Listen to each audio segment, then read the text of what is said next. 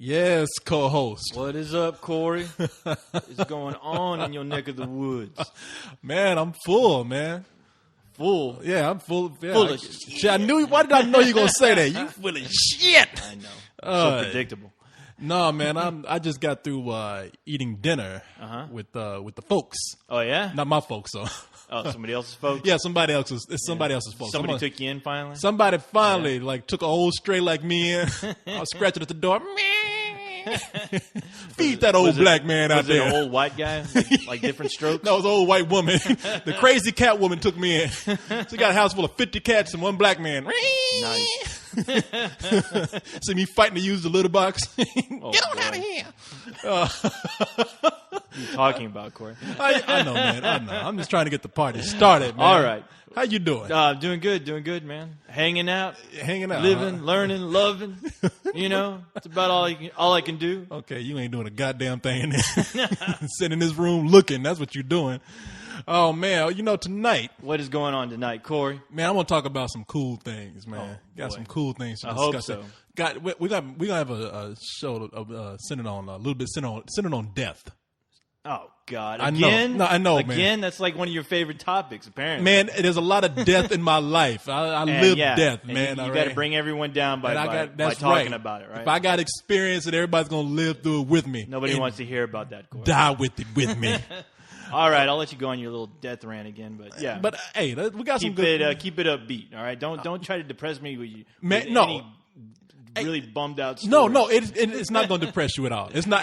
I got a special surprise here. Okay, look. What, a dead body? Look, I got you do a weekend at Bernie's? My dead friend right here. Say hello, Charlie.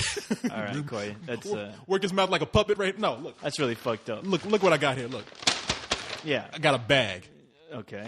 All right. Now, I do not know what's in this bag. Okay?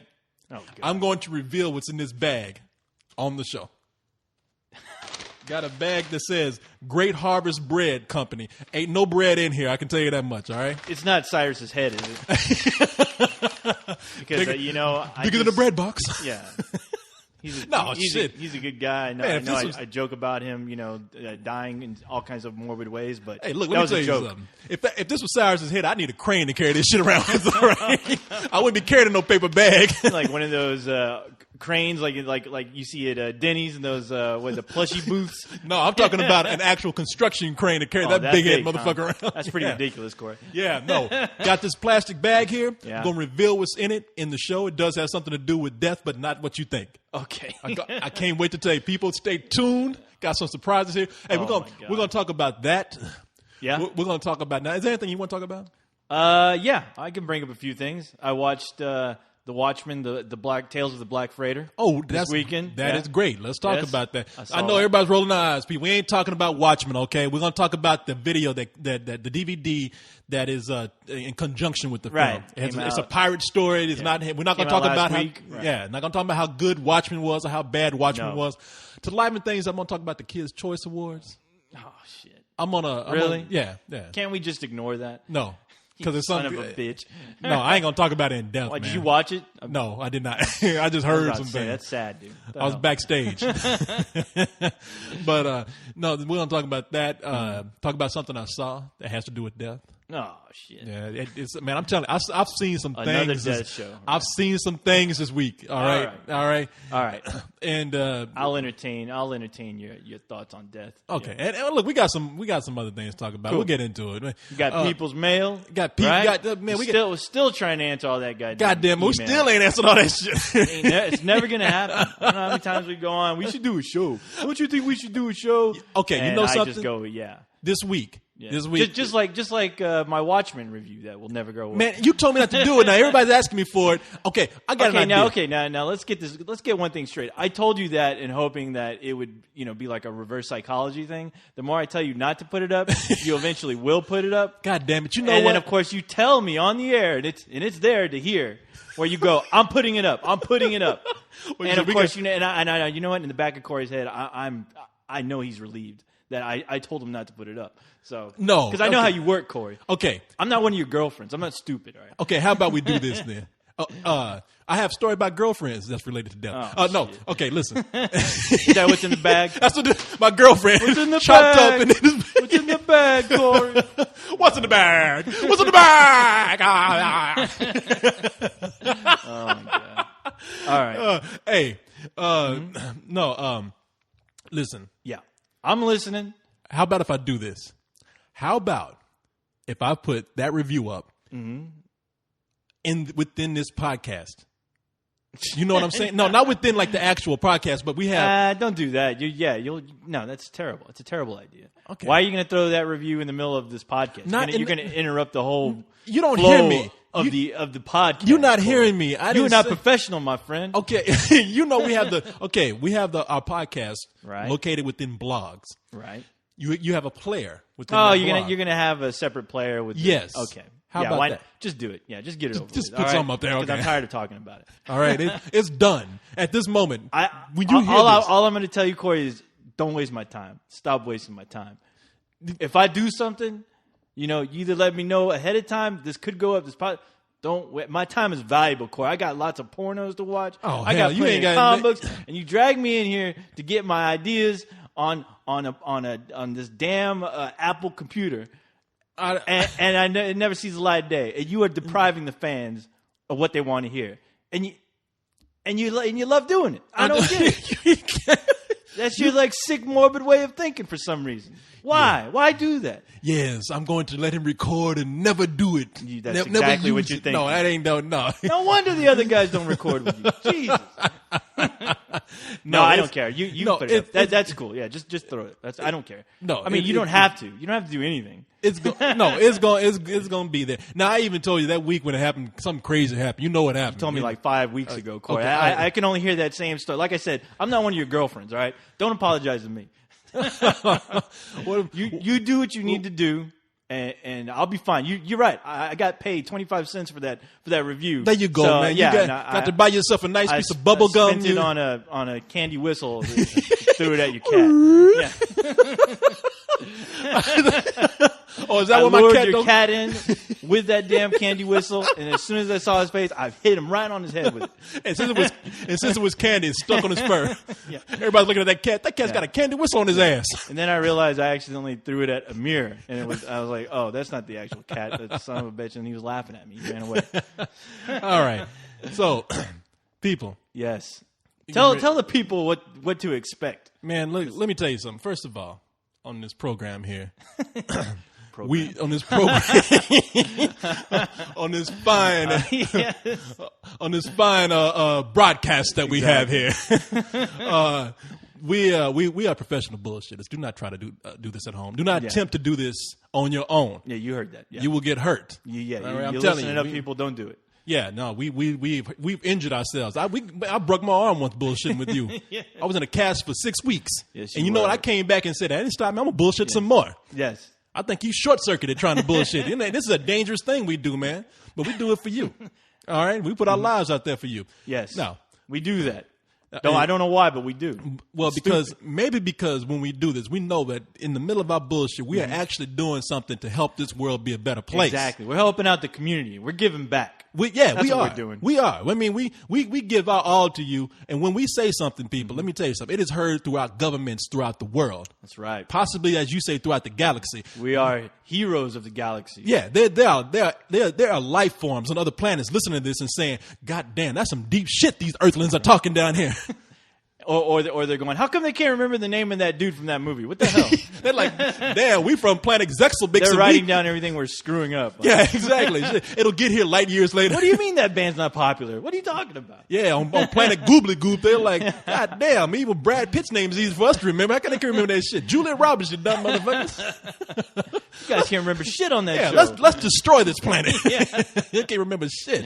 But no, our voices resonate throughout the world. We're making this world a better place. We told them about the levees in Louisiana. Did they listen to us? No. If they had, better situation. That show has begun.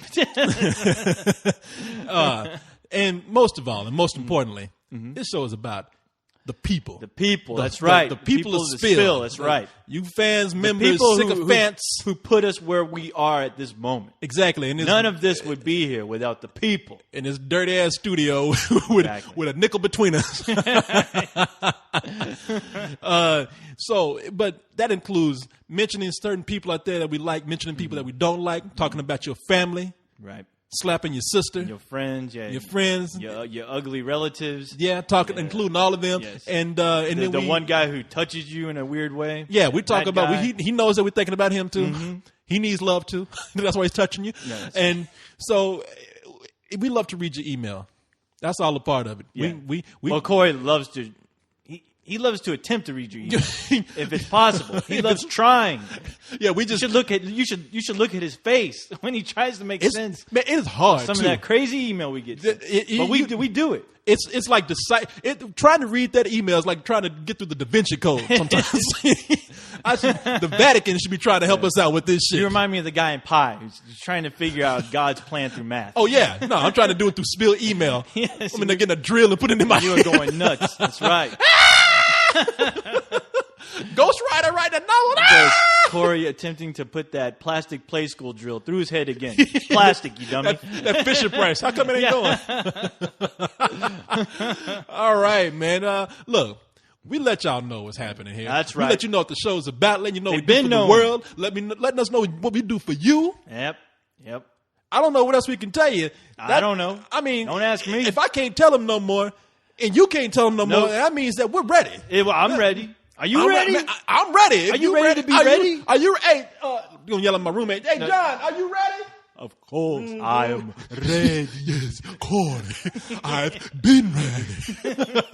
Where are the hookers? Begin with the countdown. 1, 2, 3.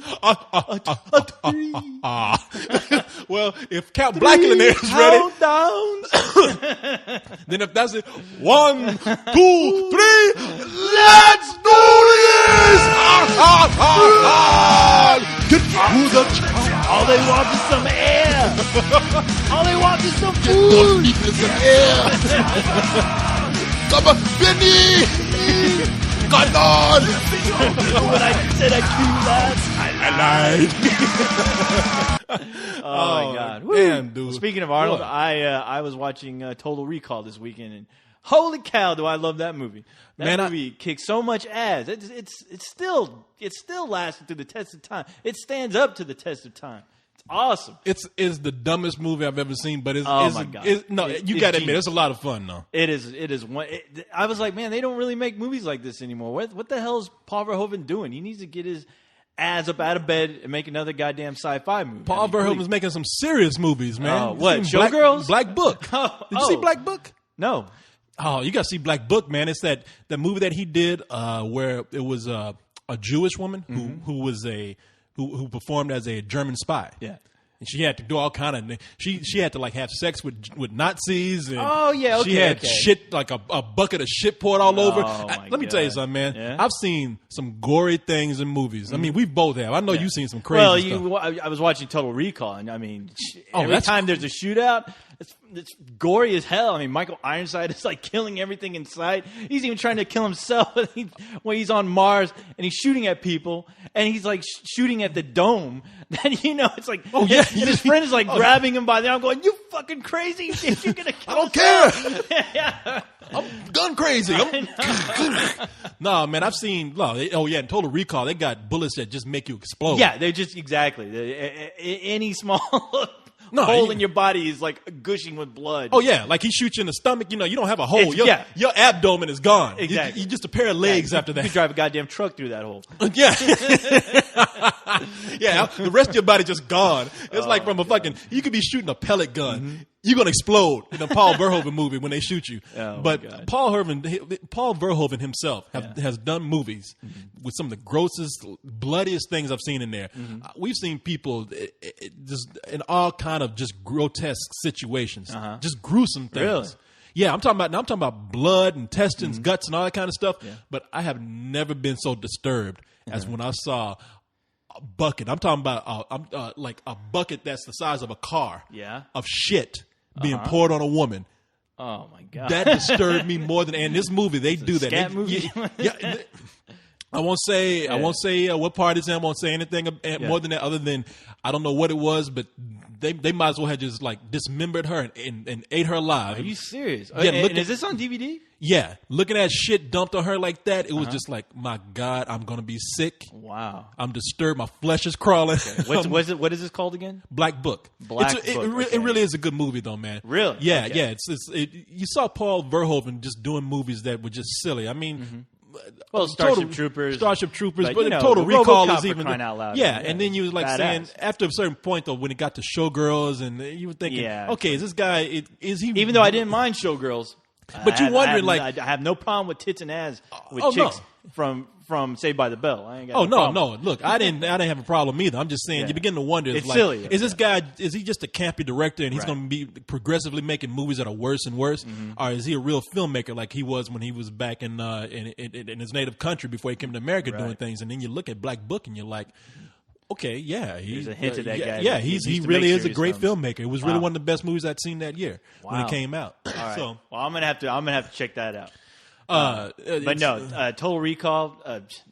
Like I said, it made me sad to think, wow, movies like this aren't really being made anymore. And the sad thing is, there's no one with like a big star name like Arnold. There's no crazy, absurd actor right now that can do what Arnold Schwarzenegger did with those movies back then, like The Running Man. I mean, Total Recall. I mean, just a ridiculous big guy who, his whole idea is to shoot people and get from point A to point B, and that's all you care about. Now, you're right about that. Don't you think about it? And he was a huge presence. I mean, he is the goddamn movie. I mean, that whole movie is pretty much on his shoulders. No, you know what you could have put with every Arnold Schwarzenegger movie that came out. You didn't even have to tell people what it's about. You could have just said another Arnold Schwarzenegger action movie. Exactly. Put his face on the poster in a different costume. And be like, I'm there. And you're excited. When the villains are fucking up, you're like, dude, oh shit, you fucked up now. Oh yeah, you wait till Arnold gets a hold of you. Yeah. Oh, you big dummy.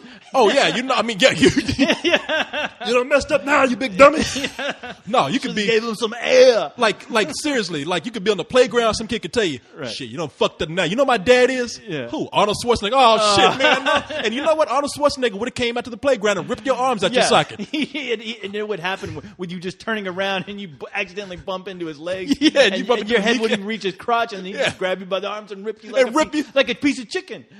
I don't care if you're 9 years old. Playtime's over. Oh my God. Break a leg. Give me my hand. My God. I'm a fucking kid. Oh yeah, I don't kid around. Nice. That's the thing. He had all these puns and shit. Oh yeah. That is the luckiest motherfucker in the world, man. You could write any pun and he'd turn it into gold. And he could see stick the around. worst puns.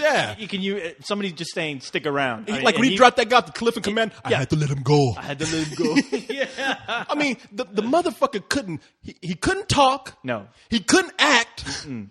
And sometimes you even wonder if he could even think. And you didn't know he didn't know if he was a robot or well, that's the thing. Like shit. he fooled us all in Terminator just because you didn't have to do much playing a robot. But I mean, he set the blueprint as far as the Terminator movies go of how you need to act when you're a Terminator. I mean, you give any of those movies to anyone else, I don't think they'd be as a huge success as they were with that guy in them. I mean, you can't fucking put The Rock in any of those movies and have them be as a cult phenomenon as those films were. Well, he was just big. Yeah. I mean, he was Mr. Universe. He's a big guy, and he had presence, dude. Yeah. That guy when he walked into a building, you were like, oh, fuck, that's Conan. He was big, and he had charisma. Now, I tell you, because anybody else who talked like him come in and try to read a script, they'd be like, that motherfucker's retarded. Yeah. Can you see somebody trying to read a script? Hello, my name is Larry. I'm here to pick up the UPS package. And you're like, this motherfucker's retarded. Get him the fuck out of my office. Even like my favorite scene in Terminator is when he's going door to door and he's like, hi, I'm looking for Sarah Connor. I wonder if you can help me, please. He sounds like a retarded man. Yeah. He's not really selling, Avon. Yeah. I got some new products you need to test out. To make you beautiful. Yeah, could you see him being like a Jehovah's Witness? Have you heard the good word? God, I'd like to come in and tell you about the Lord. come on in, man. Well, with Total Recall, it's funny because there's scenes where, he's talking to himself in the monitor. He's like, hi, I hope you know that you're me. And I want me back. That's my body. But thanks for not getting me killed. He's like laughing. He's like being all smug. He can barely pull it off.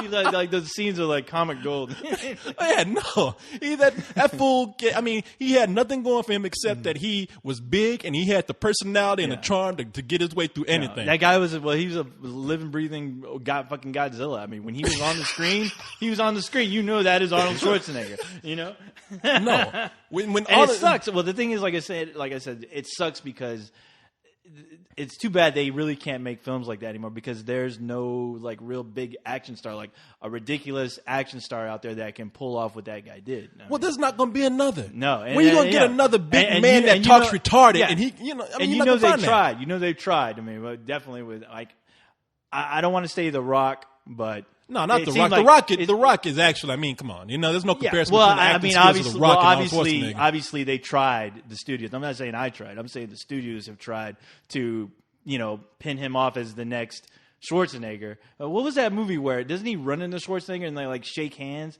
And that's supposed to be like him passing the gauntlet to him? Passing of the big action star. That's right. I forgot what that was, but exactly.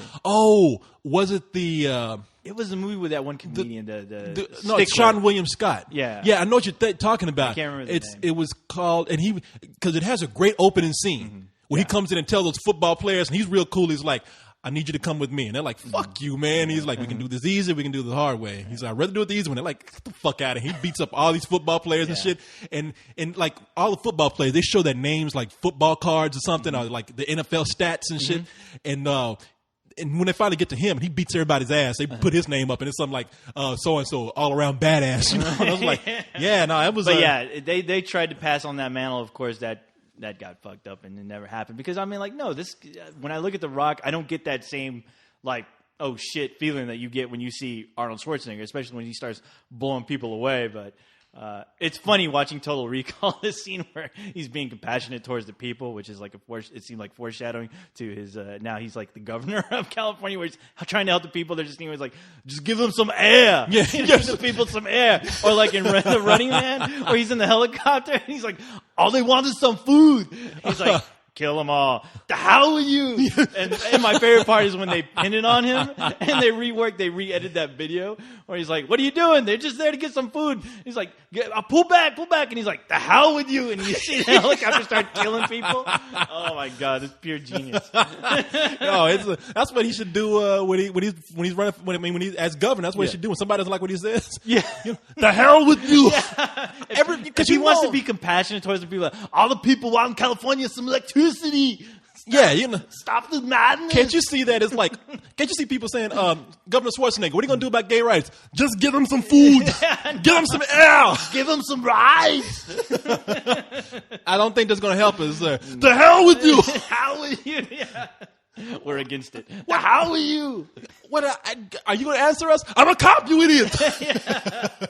Oh my God.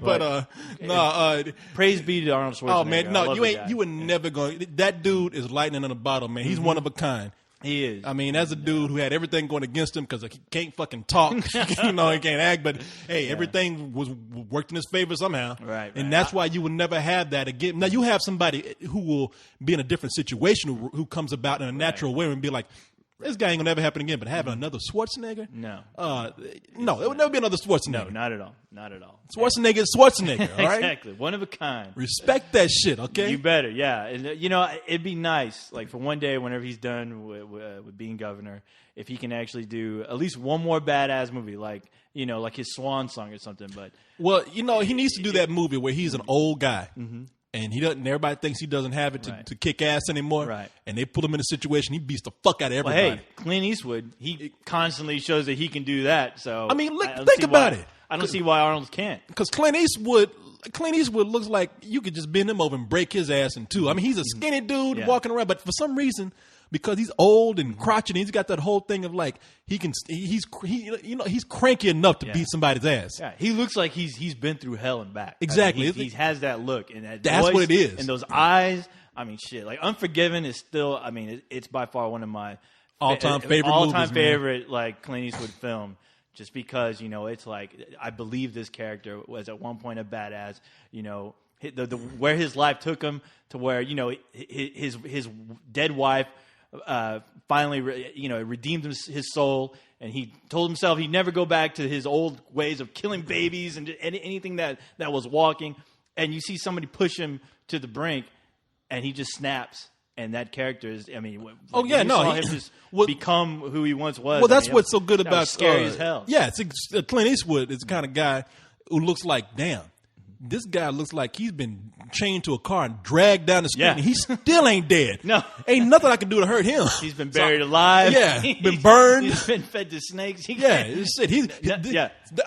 bear ate his ass, and he was shit out the bear's ass and came back and killed the bear. Yeah. I'm not fucking with. I'm walking away. That's what Schwarzenegger comes up to you. Now, first of all, he's big. Yeah. He comes up to you talking about, nah, fucking nah. This dude's crazy, man. Wouldn't it be awesome to see Schwarzenegger and Clint Eastwood in a movie together? That would be great, man. Fuck yeah. Them against the world. Oh, man, can't you see? And Chuck Norris makes a cameo. Oh, man, I know. Because can't you see them being a team? Oh, yeah. Schwarzenegger coming in, and he's like, I know we can take on all these guys here. And he's like, open your mouth and talk, you dumb fuck. I can't understand a fucking word you're saying. I don't know. Who is that guy? I don't know. Okay. I don't know myself. I was like, what's that? Rorschach Jr.? That's Scooby-Doo. Schwarzenegger, Scooby-Doo. I'm running away. Is that Canine Cop? What's going on? You get a movie where you can't understand either one of those motherfuckers.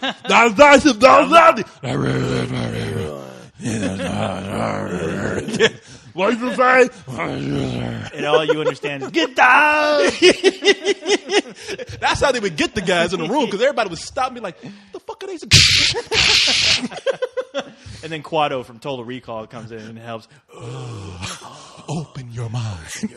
Open your mind. Start the reaction. I'll tell you, man, that's one of my favorite lines in the movie. That one line, open your mind.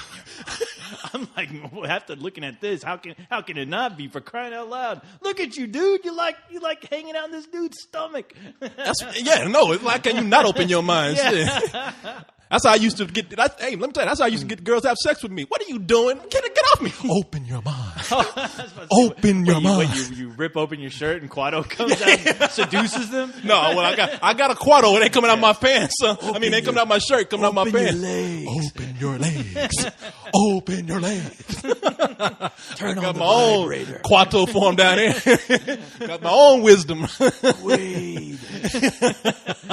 Open your legs. I tell you, that freaked me out though when he opened his shirt and Quado came out. Like, what the fuck is that?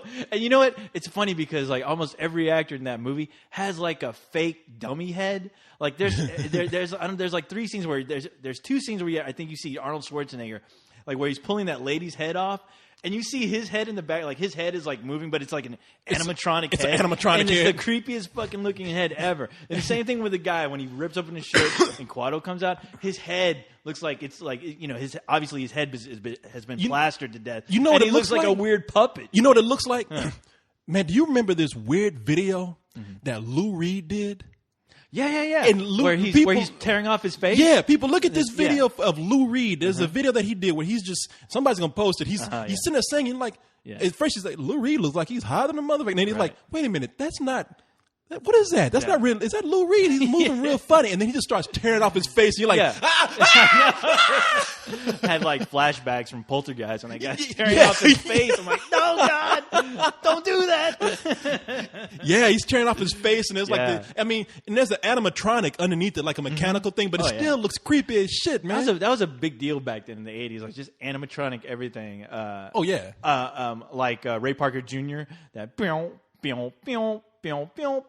the video for that, where they had like all these. What did you just do? I don't understand. What that could have been. That's anything. how the song goes.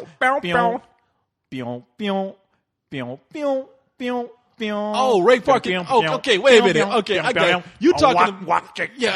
You talking about Herbie Hancock? No, that's Herbie Hancock. You talking about Ray Parker Jr. is the Ghostbusters guy. Oh.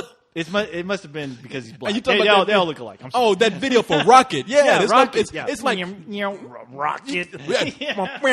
I haven't seen that in years, but that video always used to creep me out because remember there was like a weird looking bald headed guy he looked like just a laughing guy. He would like constantly like. Like his whole body would shake like crazy. Real creepy looking character. There was that, and then there was the guy in the bed who kept like. He's like convulsing. Yeah, he's trying to get up, and he couldn't. And then it had that bird's face that was poking through the window with the beak, with the crazy animatronic looking. Man, and then every now and then Herbie Hancock would come in. He wouldn't even sing. He'd come in with noise like. And I'd be like, okay, this video's too fucking weird for me. Oh my god! I know we're jumping on a tangent here with the '80s videos. I mean, we can start naming tons of videos like. What was that? She's one in a million girls. One million girls. And with that weird video where a kid in a wheelchair is getting spun around with these hot girls. He's brought into like a fun house. Yeah, he's brought into a fun house, and at the end of the video, he turns into this old guy. It's like he can't escape this wheelchair and these hot girls. And like you see them. It was the tubes. Yeah, the tubes. One in a million. Yeah, one in a million girl or something like that. And the creepiest scene in that video is like when they're rolling out the kid, and he comes out as old man. He looks like the grandpa from the Texas Chainsaw Massacre. What it is that it's you know when you go on those rides like through the spook house or the fun house, you're on like a bumper car type thing. Right. And so he's being brought in, he's seeing all these hot girls and they're all dancing and God, shit. And it's just one scene after another of a hot girl in some sort of motif. Right. And then at the end of the video, like this motherfucker couldn't take it. It's like that shit was so good that at the end of the video, the doors open, he comes out on a little bumper car and it comes towards the screen at the shadows, and it's a kid with an old man's face. It's like an old man, and I swear to God, he looks just like the grandpa from Texas Chainsaw Massacre. And you see the wheelchair, like she turns the wheelchair, and it's like the kid is so limp, like his head like jerks it almost back. snaps. Yeah, it almost snaps. It jerks. Fuck, man. And I'm like, God, I felt like I was watching a Twilight Zone episode because it's weird because these girls are like seducing this kid, like rubbing their hands, and I'm like, oh my God, this is so hot. Shit, they took his soul away. He could take that shit anymore. They sucked his life away. Yeah, that's what happened. See, kids, there's a lesson to be learned. That's what happens to you when you go to strip clubs. Hot chicks in wheelchairs, like all those old dudes you see at the strip club who are like standing in front of the stage looking all lonely and shit. Yeah, they're all 12 years old. We all have a lonely 12-year-old inside. Exactly. Oh man, yeah. Anyway, yes. Anyway. Okay. Well, you wanted to talk about death. Right. Oh no. Well, we can, you know how we do. We talk about anything. Yes, man. We know how we are. We roll in with anything. Like I said, we might be talking about people. On to a happier subject. Yeah. No, I went to go. You were gone this weekend. No, I didn't. Right? No, I went to go. Oh no, you didn't go. No, I didn't go to Waco. No, last week I went to go to the UPS store to mail off something. Right. Across the street, they got the yellow tape posted over a like strapped over a parking lot. Yeah. And police cars everywhere. Yeah. And I look at the guy at the counter, and there's a customer on the other side. I look at these guys, and I say, "What happened?" And they're like, either it's a murder or a suicide. Somebody fell from that 20-story building over there. Oh, shit. And I was like, well, now me being morbid, of course, everybody's looking to see, because it's within the parking lot. It's all covered by cars. You can't see anything. But, you know, what they want to see is like, from underneath the cars, they want to see that blood trickling down. Oh, my God. Know, everybody's kind of looking. Right. And I'm just thinking to myself, man, God damn. I mean, it's bad if the guy's pushed. Right. I don't know, and that would be a hell of a crime scene. You don't get shit like that. And, people get shot here. I mean, we're surrounded by all kind of violent crimes, like people being shot, people getting hit by cars. There's hit and run incidents. It's more happening. like accidents. I mean, it's not like Gotham City or no, it ain't. No, I'm trying to make it sound like constant murder. It ain't like fucking the hood or some shit. But about as safe as a town you can get. But it's just funny when you hear about somebody being pushed. And now, how did you know? Did you overhear like they assumed somebody was pushed? I guess some policemen were standing because there were policemen still over there. Right. So maybe they were telling people across the street get back or something. Right. And people were asking what's happening, and somebody finally came into the store and said, "Oh yeah, somebody fell off the building." Yeah. And I'm just looking at that. I'm like thinking, okay, let's just say the guy was pushed. That's a bad way to go. But how depressed do you have to be to say, I'm going to jump off this 20-story building. How can you not look at that pavement down there? You don't think about it. I guess you don't. I mean, I guess you're thinking like, you just want to end it. Yeah. I feel really shitty today. I mean, wow, I'm standing next to a ledge right here. It happens a lot. And you can only pray that you're not standing underneath the guy when it happens. Yeah, exactly. Well, now this is what they told me. Mm-hmm. In movies, okay, if you notice in movies, every time somebody jumps from a building, what happens when they hit the ground? What do they do first? Oh, what do you mean? What do they do first? They in movies, I don't know if as soon as they hit the ground or when they're falling. Oh, well, okay. In movies, I don't know if it's because they don't want to show the gruesome after effects of someone who jumps from a building, right? Or if just for dramatic effect. But for some reason.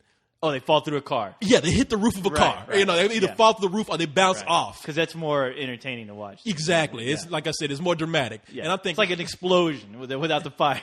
Yeah, exactly. It's like the car coming off the cliff, and for no reason, like it hits and explodes. Yeah, you could be in the middle of the fucking desert. You like fall off a nuclear warhead going off. It's like boom. Nothing but a big glorious blaze of fire. You don't hear no sound or anything. Yeah. No, in movies, you could be in the middle of the fucking desert. You could be thrown off a cliff. There's going to be a car down there for you to bounce off of. Speaking of that, there's a scene in Total Recall where it's one of those. Damn, well, you into this road Total Recall. It's funny. Well, I'm telling you because there's a scene where Arnold Schwarzenegger is in a taxi cab, one of those Taxi Joes or something, with the animatronic. Oh, the animatronic guy. Yeah, driving the car. Anyway, he gets out of the car. And it's a tiny. It looks like a golf cart almost. But the thing is, as soon as Arnold jumps out of the car freaks out and heads towards a rock, and barely taps a rock, and that whole fucking thing just goes up in a huge ball of fire. It's ridiculous. In a Paul Verhoeven movie, you can't hit shit and not have it explode.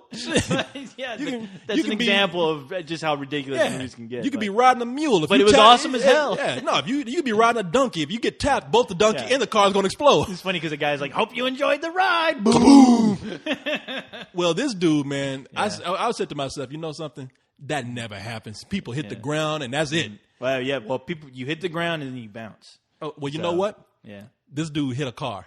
Oh, really? And people were saying, "Damn, that dude's gonna be pissed when he comes out and finds out." Because I mean, does your insurance cover suicide? People jumping off and committing suicide and hitting your car. That's a good question. I would imagine, probably. You mean you call them up? You be like, "You never believe what happened today." Imagine having to make that phone call and. Yeah. Damn. I mean, does that count as hail damage? Yeah, right. I mean, come on. Probably not. The only difference is God's not pushing people off. People do that. Oh, that's debatable right there. Yeah. But yeah, imagine like having to.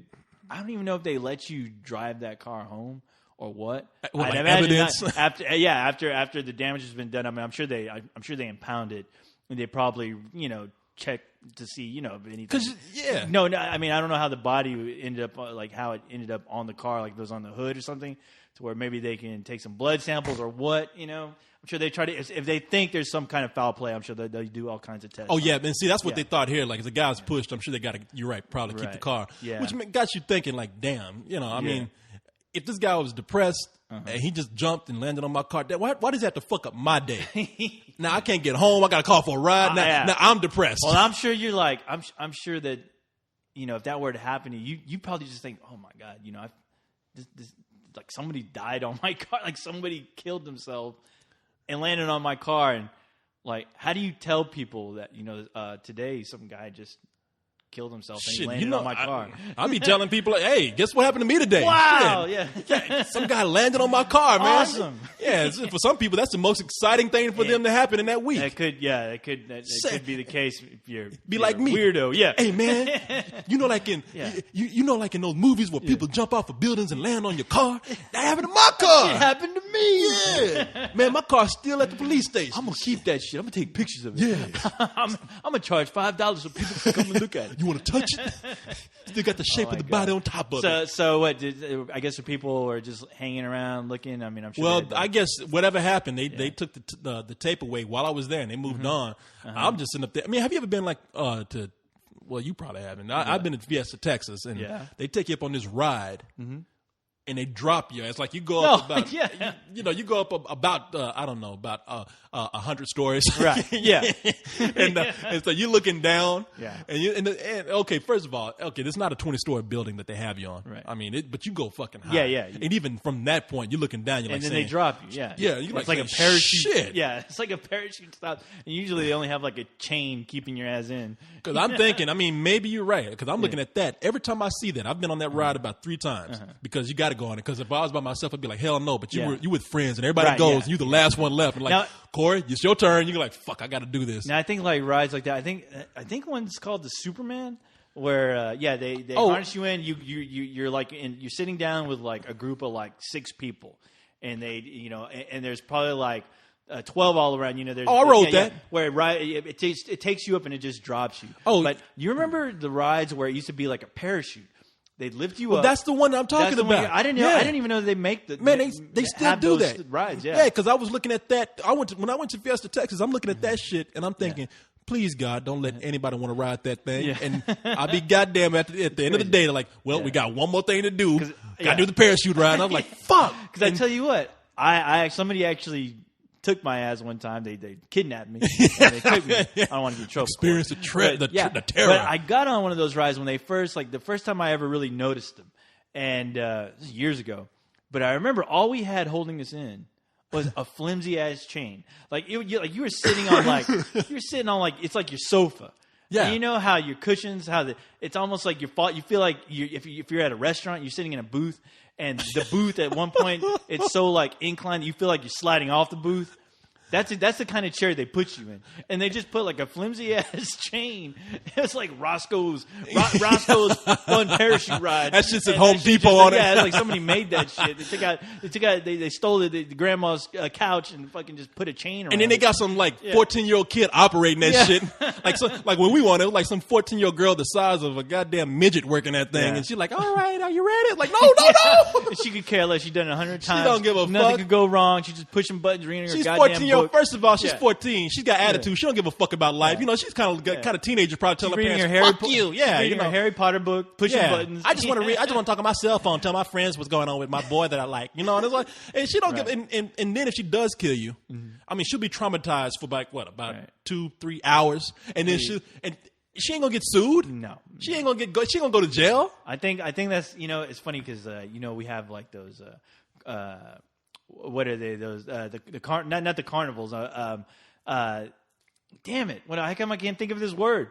Like the carnivals, they come with the cheap ass roller coasters, and the Ferris wheels, and usually they come with the big Titanic, the carnival. blow up, the carnival. Okay, is that what word are you looking for? I thought there was another name for it, but the fair, the carnival, something like that. But anyway. I don't know what the hell you call it. The death funland. The death.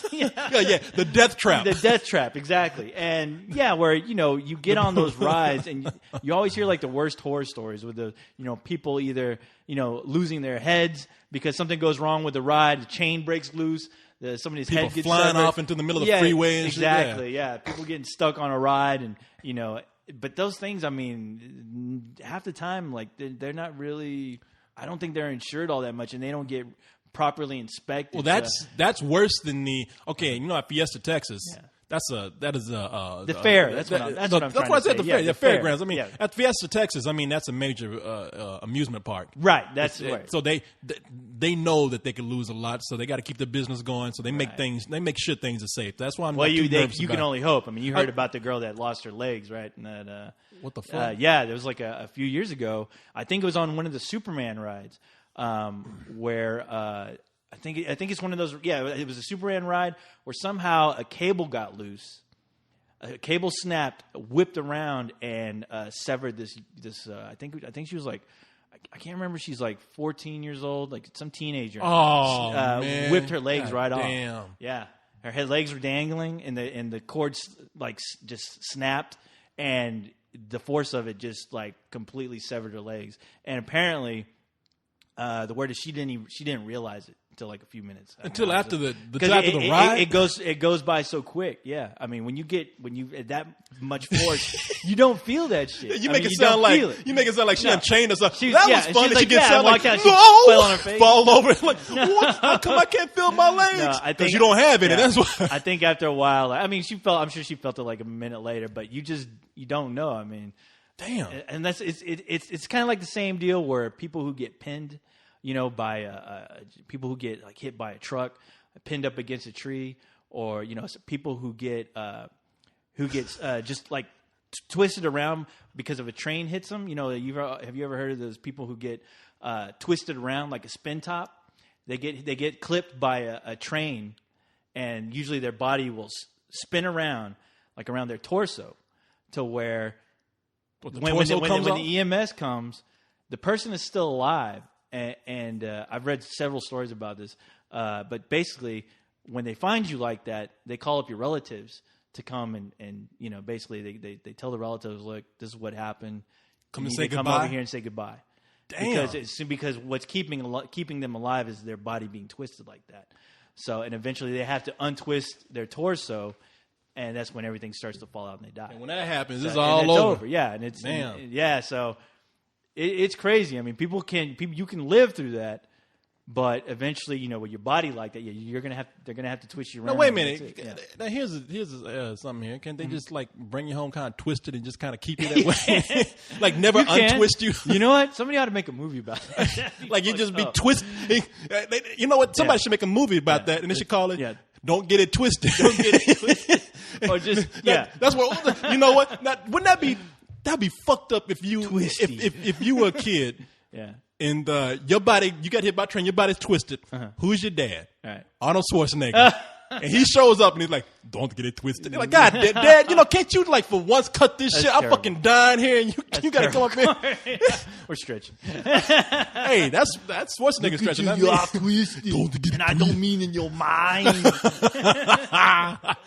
Damn, I was going to say how like being on the Fiesta Texas ride is like looking at suicide except not doing it, but apparently every fucking ride is a potential suicide if you go on there. You are taking a chance, yeah. God damn. Be careful with those fares. I mean, those things scare me sometimes. I mean, I think half the fun about going on those rides, those fares, is that you're wondering. I mean, I'm sure a lot of people have adrenaline running through them a lot more than usual, only because there's a better chance of you dying on one of those rides more than any other place, like at a Fiesta Texas or like Astro World. It's gonna get to a point where they just have you sign your signature, waving your life away. Oh, yeah. If I die, have you ever been on a roller coaster where you almost want the goddamn thing to fall off the track because you're so pumped with adrenaline? And you're like, yeah, let's do it, let's go, come on, faster! You start looking like the guy from Reefer Madness, like faster. Go faster! Kill me! Exactly. You start shaking. It's never a good idea to start shaking the cart that you're in, especially if you're riding with a stranger, because they start looking at you like, oh shit! Yeah, you're like, send this bitch into orbit. Let's go to hell. I regret nothing. Express elevator to hell, going down. You like that motherfucker at the end of what was it, Doctor Strangelove, who was riding that bomb. Like you heading straight for a cliff and you don't give a fuck. So awesome. Yeah. Fucking roller coaster, man. I love that scene. I was like, what a way to go. That's how I want to go. Fiesta Texas, Woo! bitch. Woo! Yeah. I'm so badass with it. I want to have a terrible blue screen behind me too. Yeah, exactly. With the ground coming closer. Maybe that's what that girl with no legs was like. Maybe she did feel it. She just didn't give a fuck. She's like, yeah, fuck this. Fucking badass, man. You just hear a...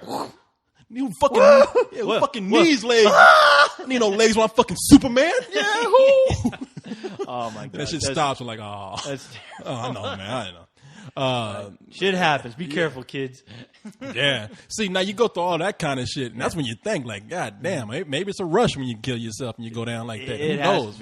Well, they say usually when you fall from like crazy, like from God knows, I don't know how many stories it is until you like honestly you lose die, consciousness. You lose consciousness and you die before you hit. I think that's a myth. You can only hope that's true. I heard like they said, you keep your eyes open, you see that shit until the pavement says splat. Yeah. Well, the funny thing is that how many stories do you hear of people parachuting from planes where their chutes don't open up and they end up falling, hitting the ground, and surviving. You know what I heard? I heard about, let's see, how many stories? One.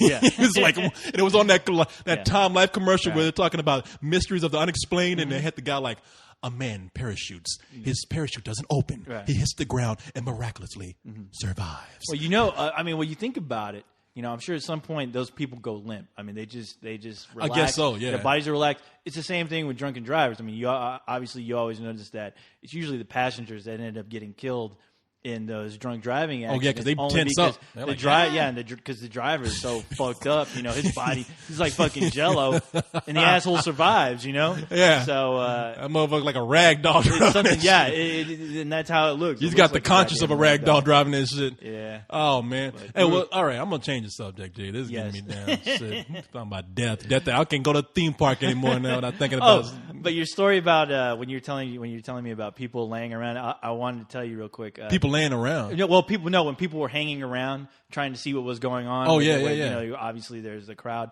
I was going to the store one time, and there was a restaurant where and they had like outdoor seating. And like a few feet away, I think a bum died. Apparently the bum had died, and that body had been sitting there. I talked to somebody about it. He's like, yeah, somebody noticed there was a guy just laying down. Somebody went to go check in on him, and they found out he was dead. And people were eating right in front of like a few feet away from this bum who was laying down on the right there in front of everybody, laying down on the sidewalk there, and he was dead. And the ambulance came by, and the weird thing about it is, I was there when the ambulance showed up, and they come and and you're looking, you're wondering if the guy's moving, and they kind of look at each other and they kind of give, he's gone. That's a universal sign. Like when you like check somebody's pulse, and you look at somebody like shake your head. Yeah, it's gone. And they get the sheet out. Yeah. Oh yeah, that's what they did in that one of those that I'm falling, I can't get up. There's one where some woman falls down the steps, right? and then the ambulance comes and the guy looks up at the camera and he's like. It's like, bitch is gone. Yeah, we're gonna have to do some paperwork. But the thing is that they were getting ready to load up this body, and people were still sitting down and eating. I mean, like right there, like looking at this. I'm like, hey man, that is the weirdest. That's like the most morbid thing. That's like, it reminded me of like when you see like animals in aquariums, like you see like either like a dead fish or a dead animal, and all the other animals are just kind of still doing their thing, just kind of hanging, and they're just walking around it like it's no big deal. I mean, that's what it kind of reminded me of. I'm like, it's kind of sick in a way. Co-host, come on, what? It was just a bum. Oh, I think it was that girl you were hanging around, Corey. I don't know, man. That chick she finally did have died. Long, dirty hair. Yeah. That homeless chick that I was attracted to. Yeah. Oh, I saw her the other day, man. Uh-oh. Okay. No. Did you pop the question?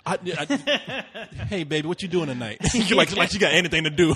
I rob you. I rob you, baby. No, I don't know what's going on over there. I saw another in the same vicinity, another homeless girl, young homeless girl. This one was a blonde. Yeah. And I didn't really get to see. Okay, this is gonna sound bad. I didn't get to see her body, so I don't know how fine she was. But she looked kind of cute in the face. Yeah. The other girl, the one that I told you about, she was walking around and she had on some tight shorts, not real tight, but some shorts. Yeah. The kind that go right underneath the ass, Right. Not like stripper shorts. Not like the butt cheeks aren't hanging. Yeah, down, no, right? nothing like that. They're kind of khaki shorts and they're cuffed at the bottom. Right. And the last time I saw her, she had a hat on. This time she didn't have a hat on. I was like, she really is cute, man. What the fuck is going on with this chick? And I really want to stop and ask her. Now, all joking aside, I really do want to stop and just say, what happened? What happened to you? That's how you get in trouble all the time, dude. You always got to poke your nose in. You're gonna ask her. She's gonna go, well, how about you take me out to grab something to eat, and I'll tell you my story. And then Next thing boom, you know, got another Raymond on your hands. You know, she's eating my Hungry Man chicken dinner, inviting her homeless friends over to eat my food. And all your friends are like, what the hell is Corey doing dating that homeless chick? Is he finally lost his mind? Like, no, he lost his mind like a month ago when he was talking about it. But then, I don't know, it's like the land of good-looking homeless chicks over there. It's like 2 good-looking girls over there now who are homeless. I hope to God, dude, because I haven't seen any of these girls you're talking about. You know what? I will show you one day. Yeah. I will even go as far if I could. Yeah. If I'm thinking about it one day, I'm gonna take a picture with my phone and show you what I'm talking about. I'm not gonna post it anywhere. I'm not gonna put it online. That chick is gonna run away because like this guy has me marked now. He took my picture. I'm gonna put on. I'm gonna start a new website, hotandhomeless.com. It's gonna be a Polaroid of her with a big X going through it. New target. The next victim to butcher. Meat marked for murder. Oh my God, Corey. No, man, I'm not. I mean, dead seriously, man. I don't know what it is over there, but that chick was, she was cute, man. Yeah. And then, when she didn't have a hat on, I was really like, wow. I mean, this girl should not be on the streets. I'm gonna go look at her and like, it's a man, baby. It's a man. And you want to kind of really, you think. I'll admit, in the back of your mind, you're thinking, okay, she's a good-looking chick, but she's gotten her home and she's hungry. How hard can this really be? To ask her out on a date. No, I thought you were gonna say, "What the fuck is her problem?" But no, what do you say? How does your brain work? How hard can it be to ask her out? I mean, this is like a challenge to you now. You're gonna end up doing it, Corey. Oh my God! Please, I hope you have a good story. I'm sure you will. Be sure to let everybody know about always, it man. On the next episode of Let's Do This. The next episode, Corey's adventures with the homeless chick. Man, I'm just curious. I bet you are. And it ain't that expensive a date either. I mean, she's hungry. She's ready to go get some fries. You know, I mean, she's happy for it. I'm just curious. I bet you the same thing was said when that guy on that farm wanted to do that goddamn goat right in the goat ass. It's like, I'm just curious. Oh man, that was a weird ass thing. That movie called Zoo. Well, first of all, we're just going crazy. What were we talking about before we started talking about this homeless chick? We were talking about. I don't know what we were talking. We were talking about dead people, homeless dead people. That's what we were talking about. That's what we're talking about. Yeah. And I said that could have been that dead homeless person could have been your girlfriend. That chick. No, don't talk about her like that. You leave her alone, man. Oh, you're already defending her honor already. Yes. Is that what you're doing now? Yeah, you know, just because she's homeless doesn't mean you can talk about her any which kind of way. All right. All right. I'm sorry for picking on your lover, your secret lover like no other. I do. I really do have a thing for that. And I know you do. People, you sicko. I know people gonna start putting up pictures of like ugly homeless women. Yeah. No. She is cute, man. All right. You know her. She got a dirty vagina, dude. You know that, right? That's why she needs to come over here. Hey, look. That's why you treat her nice. You bring her home and let her take a bath. That Amazon jungle in between her legs. Let it. You know. And look. This is what you do. I think there's a rat's nest down there. Look. Here's what you do, though. You're gonna take in that girl, and Kodo and Poto are gonna pop out and go, "Hey, it's our new daddy." No, man. What you do is you bring her home. You put her in the bathroom with some soap and a scrub brush and some water, and you don't want to know what's happening. Some bleach. You just say, You just say, do what you got to do to make yourself clean. I don't want to know what happens. Now she's gonna make soup. Stew's ready. It's got meat and everything in it. She's gonna use some of your socks. Some sock soup. Chunky soup. When's the last time you had a good bowl of Wolf brand chili? Well, that's too long. Dinty Moore ain't got shit on this. Dinty Moore beef stew. It's gonna be Corey stew. Man, about that homeless dude, though, people need to stop and fucking quit eating. They pay money for that food. You think they're gonna stop for that guy? Now, I'm offended by that. You think people need to stop because this homeless fool is over here dead? Sick. Yeah, that motherfucker, he knew the risk. Oh my God, that poor guy. I don't know what that means. He knew what I was can only getting imagine into. he's like his last words were, "Feed me." He's watching people just eating. He got his hand out. God. Just one crumb could save me. This is the last time you take me to this restaurant. Manager, could you get rid of the riffraff outside? Get this pish posh out of here. Oh my God. Oh man. I swear to God. Hey, okay. So now we're gonna get down to the nitty gritty right here. So yes. Today, now this is another death thing, but not as bad as you think. My friend Albert died about a year ago, a little over a year ago. And ever since he died, I've been it's sad. You lose a friend. He died young and everything. But the cool thing that happened from that is that his parents started becoming really close with me. So they start calling me and saying, Corey, we want. Now, he's Filipino, by the way. Yeah.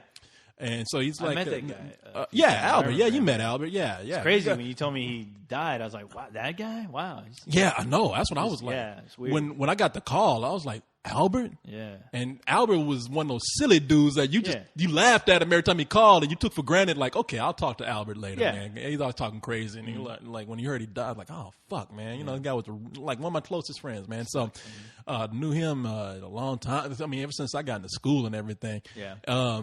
But Albert, man, his parents have gotten real close with me. So they've been calling. We've been going out to dinner and whatnot. That's why I'm so full tonight, because I remember last time when Albert was alive, Albert and it was his stepmom actually. Man, the Filipino. Yeah. Okay, they love to feed people. Right. All right, I don't care. You can talk about any ethnicity out there. It's the Filipinos you got to look out for. Yeah.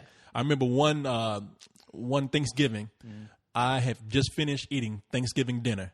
And I went over to Albert's place because Albert was in town, and I told his mom. She's like, "Cody, you got to eat something." And I was like, "No, Mrs. Ponce, I'm full. I just finished.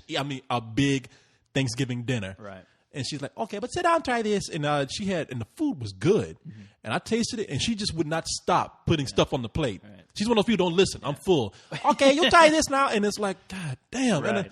And I was sick. And that's what they did. You tonight. kept on eating like a dumb fish. Well, first of all, it was good, and she wouldn't stop feeding me. Just close your mouth. Look, I'm on the verge of shitting on myself, and I'm sitting up there. You're gonna put a bucket underneath your chair. Yeah, you'll keep it. You should eat at the same time, Corey. Okay, Corey, boy, you big growing boy. And by the way, I'm not. You get so big eating food of this kind. By the way, I'm not doing a bad. I'm doing a bad stereotype, but she really does talk like that. I'm not. Right. Because and that's what Calm down. I know. Okay, but some people out there like, oh, he's doing that stupid Asian stereotype, making fun of. No, dare you? Now that's how she says my name. Eat more broccoli. Every time she says my name, broccoli. Yeah. Oh, broccoli. But she said no. That's what she says my name like that all the time. Cody. Yeah. So. Yeah, she had a bucket under me. You keep shitting, you keep eating. But I keep shoving, you keep shitting. It's okay. Hold in chair. But so that's what she did tonight. I went over there, and she said, I make a Chinese. What was it? I make Chinese dumpling. And I was like, oh, okay. So I was eating Chinese dumpling, and they had made fresh lemonade. These fools got a lemonade tree outside the house. So. Wait, a lemonade tree or? I'm sorry, like glasses are growing on the tree. Glasses. You just pluck one out, and it's like a glass of lemonade with by ice. the way, people, this story leads up to the bag over here. Okay, all right. So now, so they feed me and everything, and Chinese dumplings, rice cake, and fresh made lemonade from the tree out there. Badass. And I'm like sitting up there like, oh, Miss Ponce, that was great. Yeah. That was so wonderful. Delish. And she was like, and I was full, right? And I was like, oh man, I hit the spot. And she was like, that's good. We can eat that before we go eat dinner. I was like, go eat dinner? What the fuck you talking? That's appetizer. Yeah, exactly. Cody, that's appetizer. What? Huh? But I had a good time hanging out with his dad and everything, and we went. Cool. We did go eat dinner. And they bought dinner, of course. So I was obligated to eat a whole lot, and I couldn't finish it. I got a box. So I got like a whole meal for tomorrow. Nice. That's always nice. So we get back to the place, and Albert's dad says, now.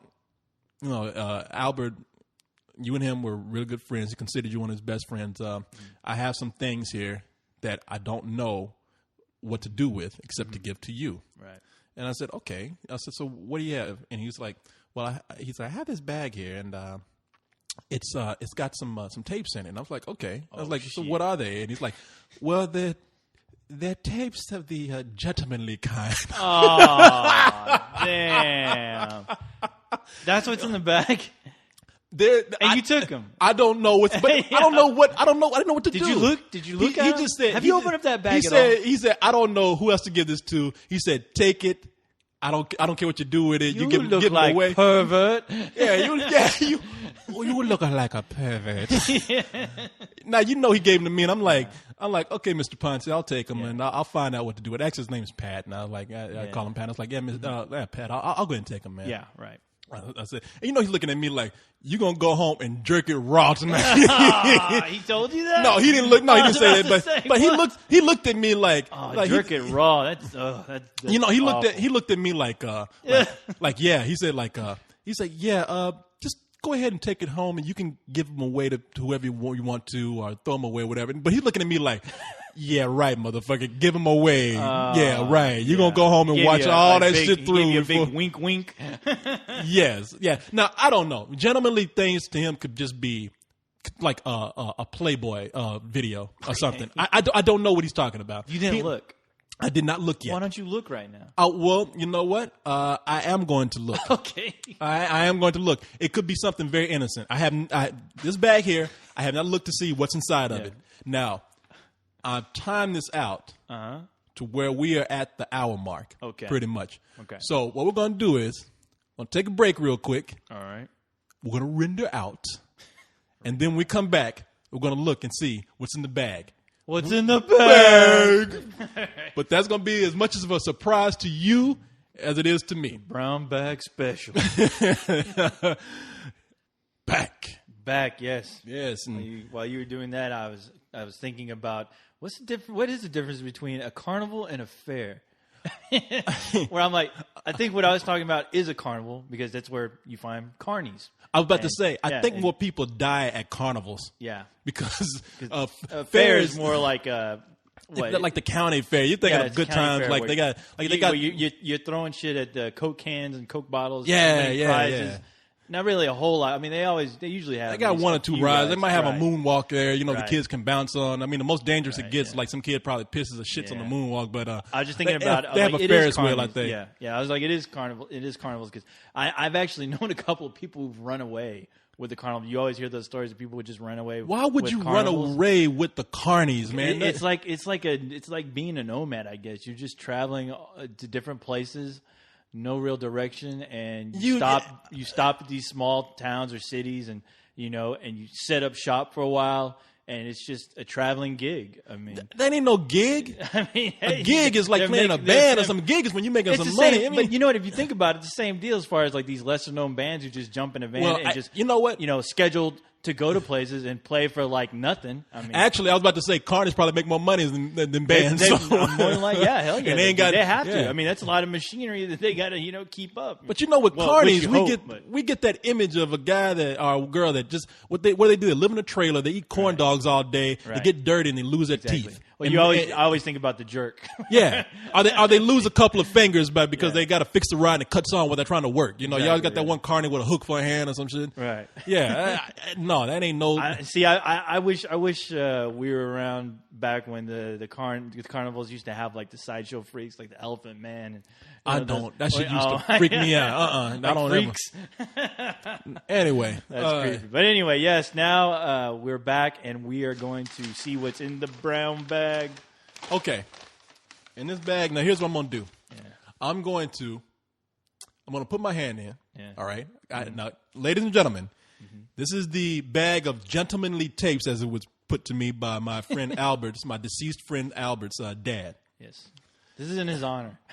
Yeah, it's in my honor right now. This is what I've inherited from Albert. So let's. I'm gonna reach in here. I'm gonna close my eyes, reach in here, and because we're guessing, like I don't know, these could be really extreme tapes, or they could be gentlemanly could mean anything. All right, so let me go ahead and it's duck porno. And reach for one tape right here. All right. Nude Jim. Oh my God. Okay. That's okay. It's a workout. That's a workout. It's a workout video. tape, and it says it's nude. Okay, this ain't that bad. And that's Julie Strain. Who is that? Is that like a she's like a bodybuilder or something? Back in the day, she's starred in a lot of B movies. Okay. Yeah, she was actually. But she wasn't no porno actress. She's a model. People draw her in like the heavy metal magazine. She's a chick that you always see with the big breast. Yeah, and those heavy metal magazines. She's married to Kevin Eastman. That's his wife. The Teenage Mutant Ninja Turtles guy? Yeah, and she was in Jesus Christ. the character in that terrible heavy metal sequel. modeled after her. Yeah, like her character. Damn, you draw a fucking bunch of karate doing turtles, and you get a fine wife like this. Yeah. God damn. So okay, let me read the back of this. It says, "You've never had a workout like this. Follow 6 of the hottest models as they work up a lustful sweat with their erotic exercise sessions.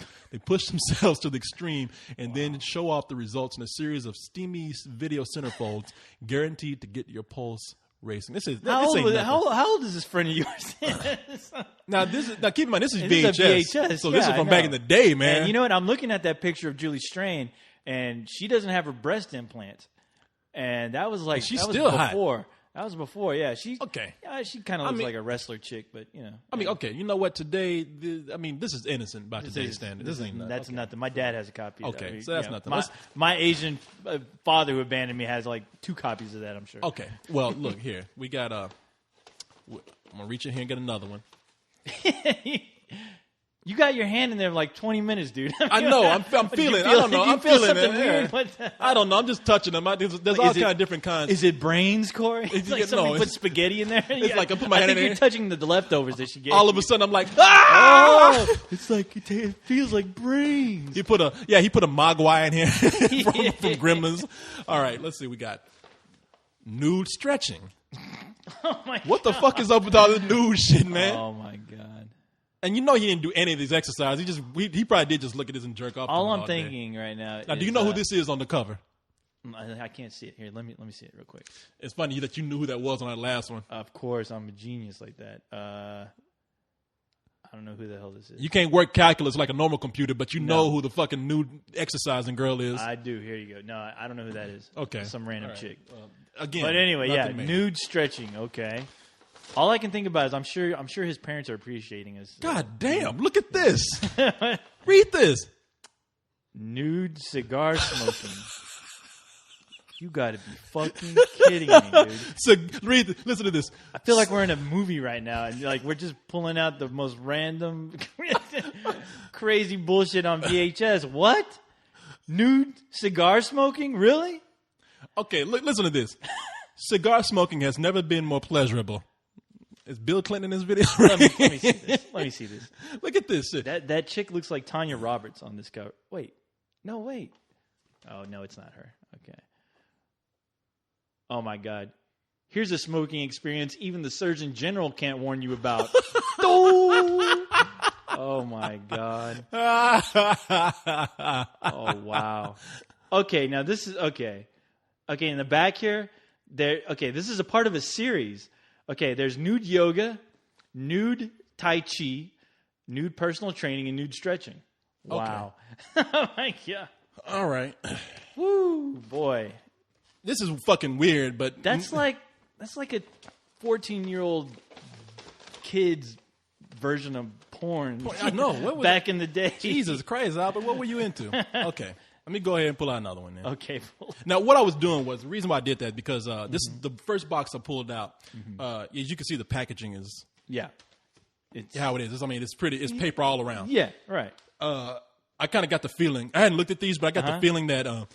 Because there were like... some more tapes in here that felt like this. Yeah. So I said, are these all kind of the same? Because there's more in here, but they all feel different. Okay. So I don't know if we got any more new things. And let me pull out this one here. You probably have some of his DNA on you right now. All right. This one, I hope to God. Let's see. I hope to God you pulled out nude bowling. No, let me see. We got nude algebra. Holy Jesus. No, it's not. No, this one just simply says Marilyn Monroe. I don't know what that is. Okay. I'll right. pop it in and look at it. I know. So, okay, maybe it's not that bad. There you go. He's got new stuff in here. He's got old stars from the 50s, whatever. All right. Let's see what else we got. Are you sure his dad didn't unload his shit on you? That's what I'm saying. Because right now, this is bullshit. There's nothing interesting about any of these things. I cannot see Albert wasting his time with something like that. Yeah, exactly. I'm sure the guy was well aware of porn. Yeah. Yeah. Well, if you're going to do porn, look at porn. Yeah. Why would you want to watch this shit? Exactly. Okay. All right, it's like Blue Ball Central right there. Wait a minute. Oh, wait a minute. Well, I think we hit something. It's a VHS tape with no cover. It's called Sex Academy No.1. Oh, boy. Okay, so I think we might have... Okay, you can watch that. I'm not watching it. Rated XXX, adults only. Adults only? Well, so now we get into the hardcore shit. Okay, so there is hardcore shit in there. There you go. Okay, that's one tape. One tape. Let's see. And I hope to God you wash your hands after you All right, touch let's see. Let's see what else we got in here. All right. Dora the Explorer. No, we got Lazy Town. Check this out. Seymour Butts Home Movies presents Oh. A Christmas Orgy. Are you serious? Let me see I'm being serious. Look at that. Yeah, you're serious. Seymour Butts. Oh my God, I fucking hate this guy. This guy gets like the hottest chicks. He sounds like the biggest dork. There you go. Oh, so you're familiar with the work of Seymour Butts? I'm familiar with Seymour Butts. Yes. Yeah. And it's spelled Seymour as in SEYMORE Butts. Seymour Butts. Yeah. Wow, that fucking guy. God damn. So all right. So he really was a pervert. His dad wasn't lying. No wonder his dad was like, take this shit for my wife catches me with this bullshit. Still, that's not. Yeah. I mean, some people, they leave you a box of porn. That's nothing right there. We got two more tapes in here. Okay. Pajama Party X #3. Girls Night In. Okay, that's probably a straight up lesbian porn, which is cool. Yeah, it's always nice to watch. Can I tell you something? I'm gonna be honest here. Okay, please I'm gonna be honest. I'm going to be straight up honest with you here. And I probably shouldn't be admitting this to you, but I went out with a girl. Yeah. A while back. Yeah. Girls got saved, straight up Christian. Mm-hmm. Like going to church, not every Sunday, but like all weekend. She's a holy roller. Yeah, exactly. Saturday and Sunday. Right. And late Monday always nights. Bringing God into things. Yeah. You know, I mean, she's straight up saved. Right. But before that, when I went out with her, she had some porn tapes. Right. And I think that they were left over from some ex-boyfriend. I don't think she went out and bought them. Right. But we did watch them. Okay. And I know Albert was friends with her. Uh-oh. Now this is all adding up. Yeah. Sex Academy and Pajama Party You've X. seen them. I think these were her tapes. I think she gave these to Albert. Oh, really? Yes. Okay. I'm not lying here. I think he. Wow. What kind of? Okay. It's like one more tape here. Yeah. It's a little weird when a girl gives you porn. He's like, here, take this. It's different when a girl says, "Hey, I want to watch porn with you." Yeah. But when she's like, "Get here, you have it. You have my porn. Here you go. You pathetic. I'm done with this today. You know what? You're pathetic enough to take these. Exactly. Get these off my hands. It's ready to move on. Hey, Albert, you're not dating anybody right now, right? Here, take these tapes. Hopefully, this will give you as much pleasure as it gave me. Albert, you're not having sex right now. Yeah. Happy birthday. Here you go, buddy. Maybe this will get you through a dry spell. Here. I'm going to give you my box of porn. Damn, and this one ain't even creative. This one just said simply, put it in. Those are always the best. I mean, that's how I like my porn. Just get to it. Yeah, get to the point. Put it in. Yeah, give me a porno that says, fuck me. Fuck me part 3. Yeah. Backdoor. There you go. Okay, now I don't know about this one, but Pajama Party and Sex Academy, I think that these were ex-girlfriends of mine. Okay. And I think she did give them to Albert at one time, because her and Albert, she was keeping up with Albert more than I was at one point. Yeah. Or Albert was keeping up with her when anyway, they were friends. Buds? Yeah, and I think she gave them these, and I swear that these were hers. Wow. So, damn, boy. Well, welcome home, baby. It's always kind of cool when a girl kind of gives you porn, I guess, as long as it's nothing too crazy, but... Well, no, I don't. My think God, so. somebody gave a friend of mine gave me a zombie porno on Christmas. Wait a minute, let me ask you: was it re-ejaculator? No. No, you're talking. You're talking about what is it? Not re-ejaculator. What was it called? It was like a reanimator, repenetrator. There you go. Yeah, people. It's on my top 10. There's a. For anybody who's seen the movie Reanimator, it was based off of a H.P. Lovecraft story. Stuart Gordon film. Stuart Gordon is apparently the guy that makes a lot of pornos based on. Like No. Okay. Stuart Gordon is the one that directed the film with Jeffrey Combs. Reanimator. Yeah, the cult classic. Yeah, but this one was made by a guy. This one was made by a girl. By a girl, yeah. She makes a lot of gore porn. Yeah. I think she's only made 2. She's made that one, and she did The Sexorcist, which is a take on The Exorcist. And I have that. I own that. It's awesome. Damn, boy. It's bloody as hell. It's really fucked well, up. that's how Penetrator was. It was funny, they tear that guy apart and shit. But it's hilarious. Yeah, I mean that's it. I mean they're having sex and gore and blood is just spewing all over the place. Body parts are being severed and eaten. It's nuts. Oh yeah, no, it's crazy, man. Damn, I'm still like taken aback by all this porn that he has. Just how sad it is, how pathetic it is. Well, it's like it's not even porn. Like you had 3 tapes in there that were actually porn, and the rest were just. Well, I don't even know. You can get that shit like at half price books or something. You know? See, this is the kind of life I have. Yeah. I mean, you find those tapes at the Goodwill. Like the nude shit. Yeah, Napoleon Dynamite like buys those tapes. The nude stretching and all that. Yeah. Like, well, I'm like, what the fuck was he doing with those, man? That's right next to the learn how to break dance video. You know, people usually say, he wanted you to have this. It's a necklace. Or he wanted you to have this. It's a photo of you two together. He wanted you to have this. It was some memoirs where he talked about the great times you had. Mm-hmm. I get fucking porno and the nude Do It series. And you get the worst kind. The Nudity for Dummies series, and apparently some porno that boomeranged back to my ass. I don't even have a VCR to play this shit on. Like some guys would worry about their family. Like if let's say they happen to die, you have some guys out there who'd be really worried about the kind of shit that their family's gonna find. But with this guy, he can't. What are you gonna worry about? 3 tapes? Like, what does this say? Oh, nude pajama party. I know. Oh, I can't wait. That is nothing but sin on a tape. See, to me, I'm kind of like, have you ever seen that Twilight Zone? Yeah. Where, no, I haven't seen. No, tell me about it. Well, it's the one where the guy, there's a nuclear war and everybody's dead, and the only guy that's left is a guy who hates people and wants to read, and so he's very happy when everybody's dead. He says, because that's what happens in the movie. He always wants to read. His boss is like, you know what you are? You're a reader. You don't want to do your job. You just want to read all the time. And when everybody's dead, he's like, now I have time. There's all this time to read all the books I wanted to read. And then he breaks his glasses. Yes. Okay. And he's crying. He's like, but there was time. There was time. There was time. That's awesome. They did a spoof of that on the Family Guy. Was it Family Guy or Futurama? No, was it? Now I can't remember. It was one of those where the guy's hands fall. Where it's like his brain. He's like, he drops his glasses or something and they break. It's like, no. Oh, that was Family Guy. That was Family Guy. Yeah, that was Family Guy. There was time. In his book, I had time to read. Yeah. No. Yeah, it's like I got this porno back. I was like, I wonder what's going on with that Seymour Butts video. I can't wait to see it again. I get it back and I realize, like, wait a minute. I've got no VCR. But there was time now. Yeah. It was time to jerk off to Seymour Butts. Yeah, those Seymour Butts tapes are terrible. It's like his point of view. It's like a guy actually holding a camera and, girls pleasuring him, but it's like his point of view where it's not, it's fucked up. It's like I got my hands already all greased up. I'm ready to pop it in. Someone like, no, wait a minute. There's just DVD players.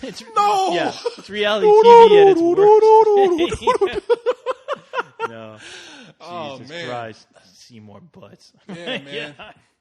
Yeah, his mom. I can see why they wanted that out. Really? His dad. Albert's dad didn't want him. You can't exactly put that on the family shelf. Yeah, exactly. With the rest of the Disney videos. Like tonight, we were talking about Albert. His stepmom had such fun memories of him. She's like,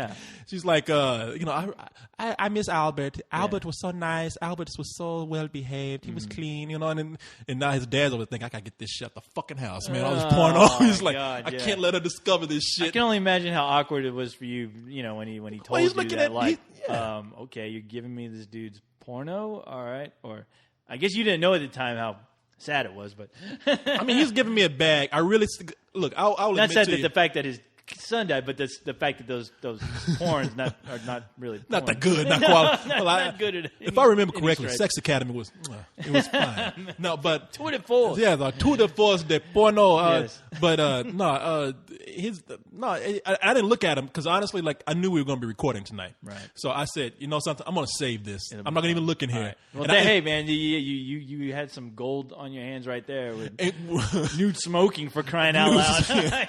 I know. Nude cartooning and shit. And plus, in front of his dad, I don't want to go digging through that shit. Right.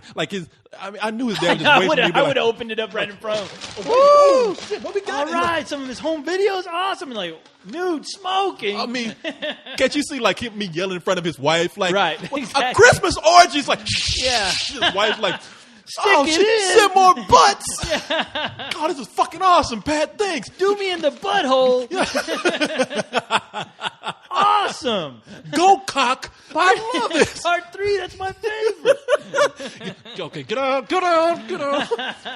His wife comes in. What you saying here? Did I hear orgy? Thanks for dinner. Yeah, have you guys watched this? You gotta watch this. You still got a VCR? Let's go inside. Yeah, let's dust What's off that old way? thing. Yeah, come on.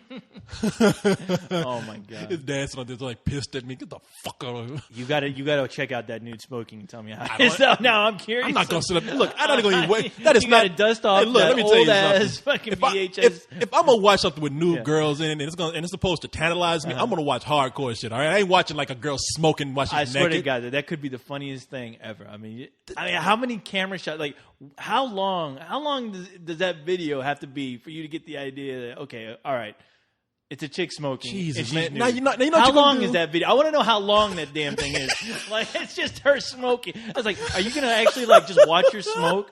Like a pack of cigarettes? I mean, is that even going to be 30 minutes? I mean, at least an hour, 2 hours. I mean, because you know what footage? you're doing. You sit up there waiting. It's like, okay, she's gonna put it in somewhere. Right. What's she gonna do with it? And she just sit there. Oh no! It's like an hour later. Yeah. It's like, what's this? This bitch is just sitting up here smoking. She better do some tricks, like put it in her, have her vagina smoking or something. Yeah, that's what I'm saying. Bill Clinton better come in this video and stick it up her vagina. I mean, I don't want to see this. She just sit there smoking. She's smoking, yeah. What's she doing with those ping pong balls? And watching like the new stretching. You're gonna expect him to do like some stretching, like she's gonna like take her legs and bend it over the back of her head. You're not gonna get anything like that. She look like a goddamn pretzel. Yeah, that's entertainment. That's what the dudes want to see. It's these a days. nude pretzel. Yeah. With salt. But you know what you're going to get. It's going to be her in these positions where you're not going to see anything but her nipples. That's it. Yeah. You know, I mean, that's all. It's going to be bad lighting, terrible music. Yeah. You know, you got that doing the saxophone. Yeah. It's annoying, It's too. going to sound like goddamn Seinfeld soundtrack. At that point, you wish Seinfeld would come in and like tell a joke. You're like, what the fuck is this, man? Oh, my God. God damn. Well, man. that was fun. Yeah. It was very odd. Very strange. Yeah, I ain't gonna even lie. You know, if I'm gonna find a VCR somewhere and watch this shit, because now you got me. Look, of course. Now, look, people, I'm not gonna even lie to you. Okay, look. The porno, the actual real XXX porno, of course I want to see it, okay? I want to see it and I want to get off, all right? But as far as like, I don't want to watch the new smoking, but now you got me curious. Now you got me like, now I'm like, okay, now I got to watch production this. goes into that, yeah. I got to watch this and know what it's about. Who thought of the idea, I got it. Yeah. Guys like nude chicks. How about, guys like smoking too. Wait a minute. And it's not just smoking. Yeah. It's nude chicks smoking cigars. Cigars. I'm not attracted to girls who smoke cigars. Because you know what's going to happen. Yeah. She's going, do you like what you see, baby? It's like a nude. It might as well be nude George Burns smoking a cigar. It ain't gonna be pretty. Let me tell you a joke. You definitely don't want to kiss that chick. So the other day, I was fucking this guy, right? Wow. You know that voice sounds like, man. Being in school with Albert, because that's how I met him. I met him in college. Albert looked like, meanwhile, Albert's looking at me and smiling right now. You got my fucking lame ass porno. He's looking at me somewhere like laughing his ass off. Son of a bitch. Yeah, it's not that bad. So you got the tapes. All right. You got to check out that nude smoking cigar shit. That have shit fun. Is good. Yeah, have fun, pal. It's hilarious. What was the other one? Nude. What was the other one? It was nude. You got it right there. Nude stretching. Yeah. So you have nude gym and nude. Why the fuck do I want to see a chick stretching? Like warming up to do something. Naked. Like it's like watching a chick warming up to do sex and she never goes through with it. And it looks like it's just one chick doing it too. So I don't know. Get that shit. Now I'm gonna watch all. Just because I got to see what goes on with them. And Albert bought it. You know, some guy printing that shit on VHS. He's like, man, who's gonna buy this shit? Damn. When I first, what's that? What'd you say? You know, there's a guy like making all those VHS tapes, looking at those boxes, going, who the fuck is going to buy this bullshit? And of course, Albert buys it. Yeah. Jesus Christ, man. That's hilarious. Albert was a character, though. But when I first met Albert, now Albert's Filipino. Mm-hmm. And when I first met Albert, Albert had a long-ass ponytail, a goatee, and he was wearing a shirt that said, La Raza.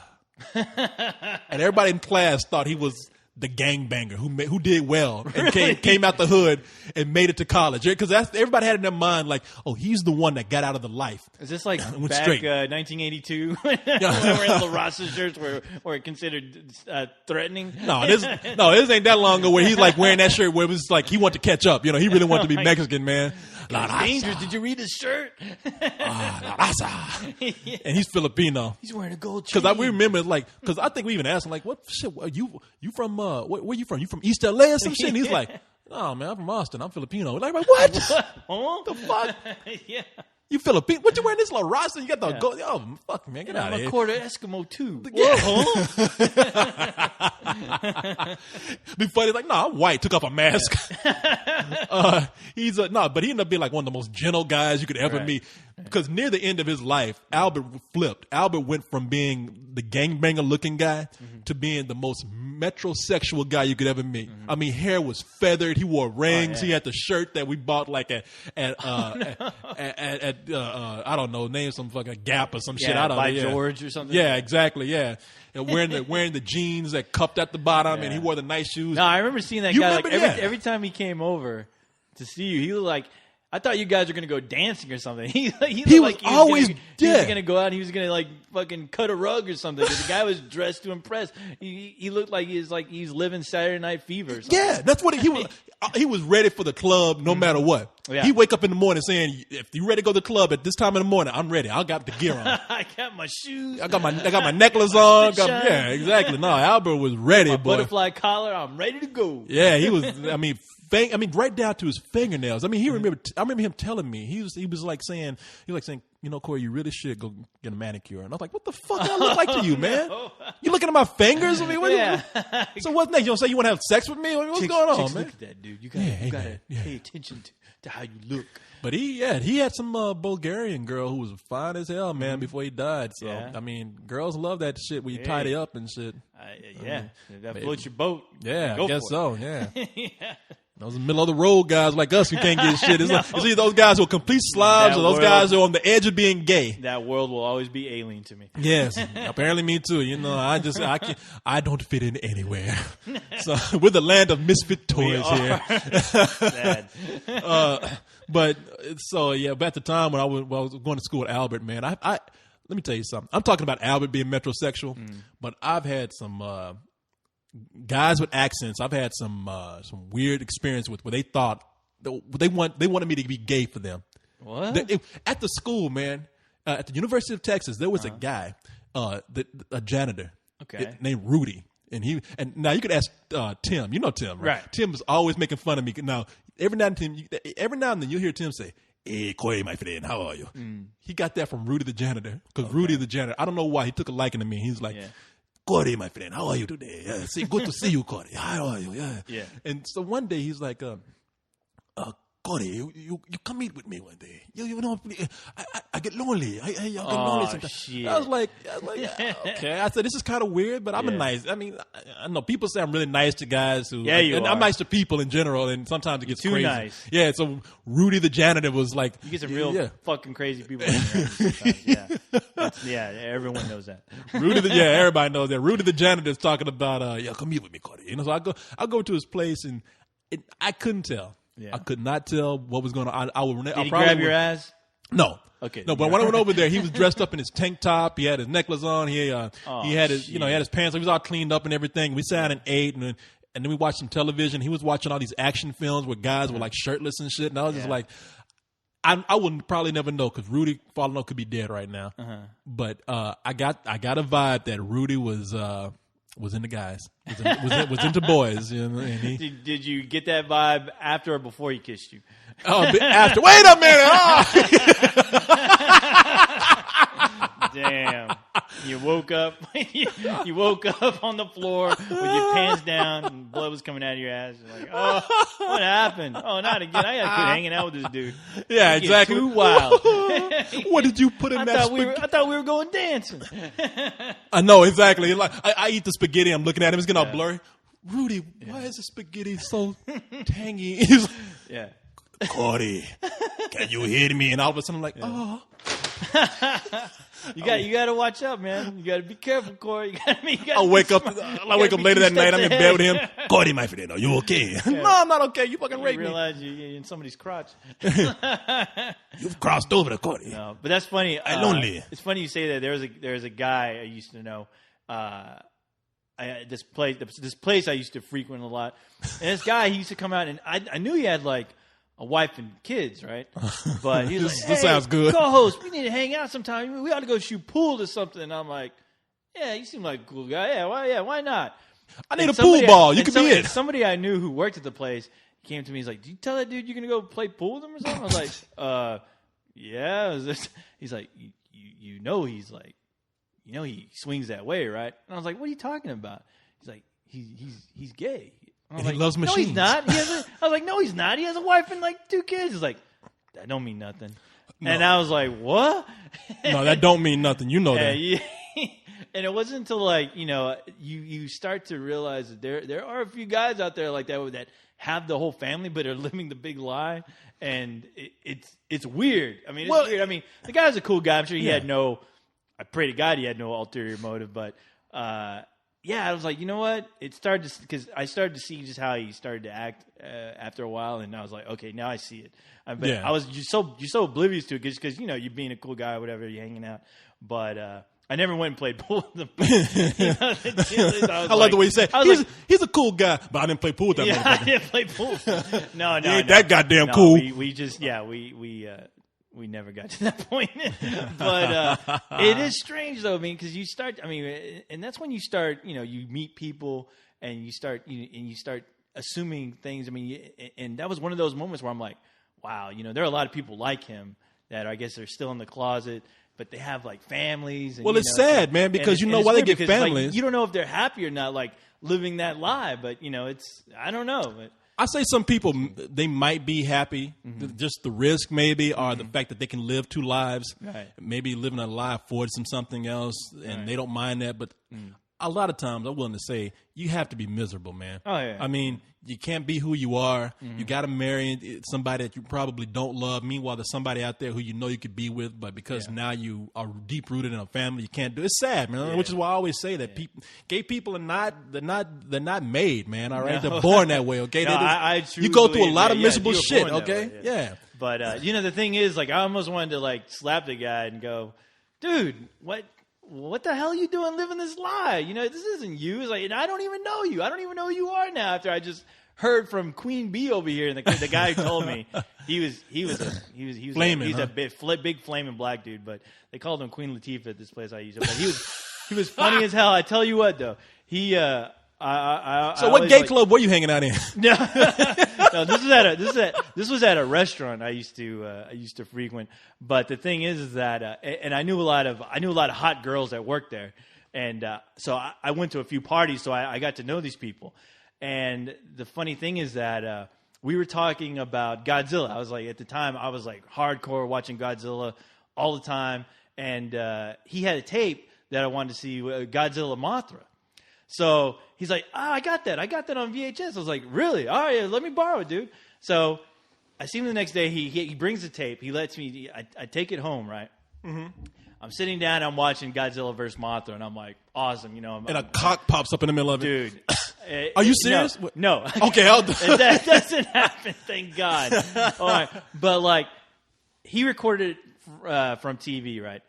So of course, when the movie ends, like I'm turning on the lights or doing something, and the video, you know, it comes. You see like the snow, and then it clicks back on. And he recorded, I guess it's like a Mr. Universe contest or something. Where all these guys are like, you know, all these like fucking big bulky guys are like doing poses and stuff. And I was like, I see that on the TV and I'm like, oh my God. what was I thinking borrowing this tape? I was like, so I immediately stopped it. I mean, it was an innocent, ESPN bodybuilders competition, but he had it on tape, and at the same time, I was like, this guy's DNA is on this fucking tape. Yeah, somewhere, yeah. And I'm like, ah! You got, like they had nude stretching in here, you got nude bodybuilding for men. I gave it back, and I pretended like I didn't even see that, and I was like, here you go, buddy. Now, you know when he got it back. That was the last time I borrowed anything from that guy. Now, you know when he got it back, he was like, oh, shit.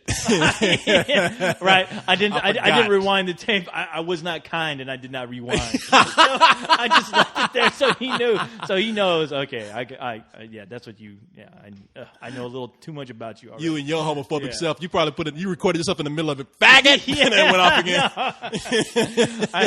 I recorded nothing but breast shots. I spliced in the nude smoking cigar. I would train you. Yeah. No, man. Look, we're joking. Like I said, we always got to say we had nothing against gay people. No. It's funny. I talked to them. We got to like this a was bunch years ago too, but years ago. It's funny because now we got to the point we can make fun of all races. Now it's the gay people who are sensitive, which I don't blame them. Gay people going through a lot of shit right now. So, hey, I'm gonna tell you, you ain't getting let off the hook either. We're gonna talk about your ass just like everybody else. But as much as you black people complain, you have nothing to complain about as far as those gay people are concerned. Those guys are still having their rights taken away from them constantly on a daily basis. What are you looking at me? What am I? Because you're black. You're not Chinese. Who else am I going to look at in here? Oh, good point. You ain't ain't got no to talk to. What the hell? Well, you black people. Yeah. Well, the microphone is blacker than me. Microphones. Yeah. What are you talking about? You want to go black? That's blacker than I am. I ain't talking, man. I've had so many experiences where gay people have hit on me and I haven't gotten pissed. I've been friends. I mean, it's been in my house. Normally, in situations where people would have got up and punched somebody or ran out or kicked somebody, I stayed cool. There was and Tim also makes me fun about this. Every now and then you hear Tim say this. Oh, wait. Speaking of which, man, guess who this is? Is that Tim calling? That's Tim. You? That is Tim Don't calling. pick up an answer. No, I'm talking. No, hey, Tim. We're doing a show. It's funny, man. I was just talking about you. And this is funny because this seems like a Christmas special. It's like, speaking of which, here's Tim right now. Hey, no, I'm talking to, I'm on the phone. Here, I'm going to put you on speakerphone. Real cool. Okay. I'm talking to the co-host right now and about you. And it's so funny that you called. About your gay experiences. Now, do you I swear to God, people, this is not a joke. This is a big coincidence that Tim called. Do you remember? Now, I'm gonna say two phrases to you. Do you remember this phrase right here?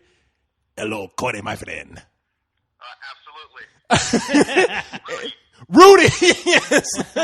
Okay. Now, right when you called, I was just about to say this. I was about to say this phrase here. Yes. Yes.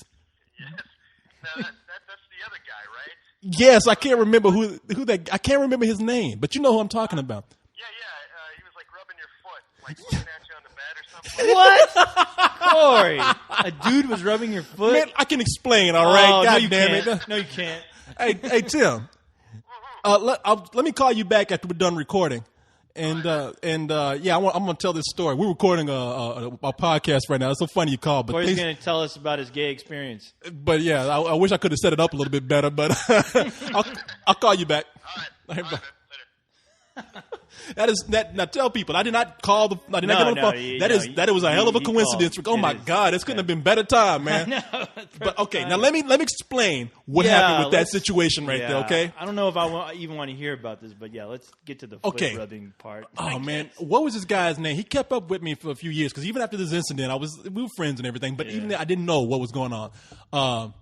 I'm in school, and this guy, he says I worked at the school newspaper. Yeah. So he's coming out of the school newspaper sometimes, and he's talking about how he likes my art and everything, and he says one thing. He says, I forgot what happened, but he couldn't.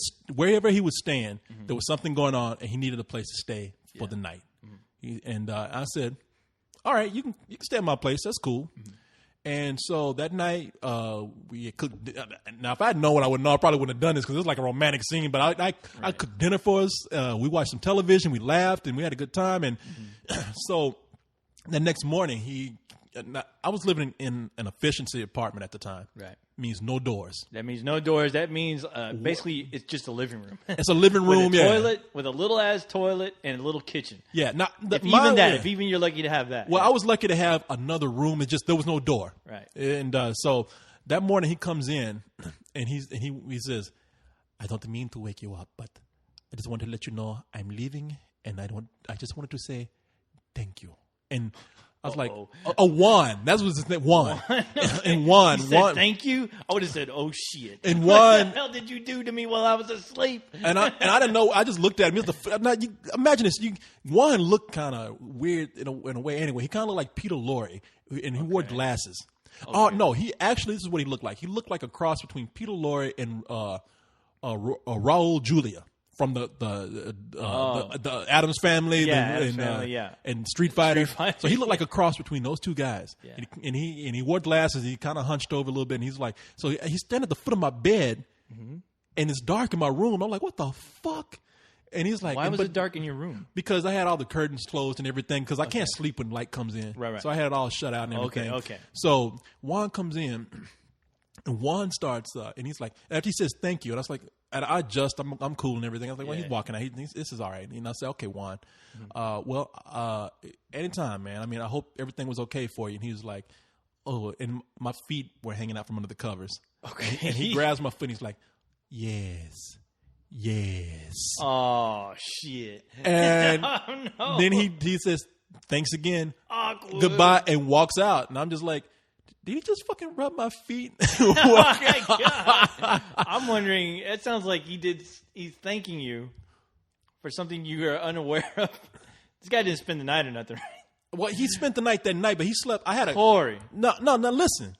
He didn't sleep in the fucking bed with me. He slept. I had Oh no! At the time, I was just all over your head. You didn't even know it. Yeah, no, he came in. He probably spooned with me and everything. You're scratching your head. Conditioner. I must have forgotten to rinse. Oh.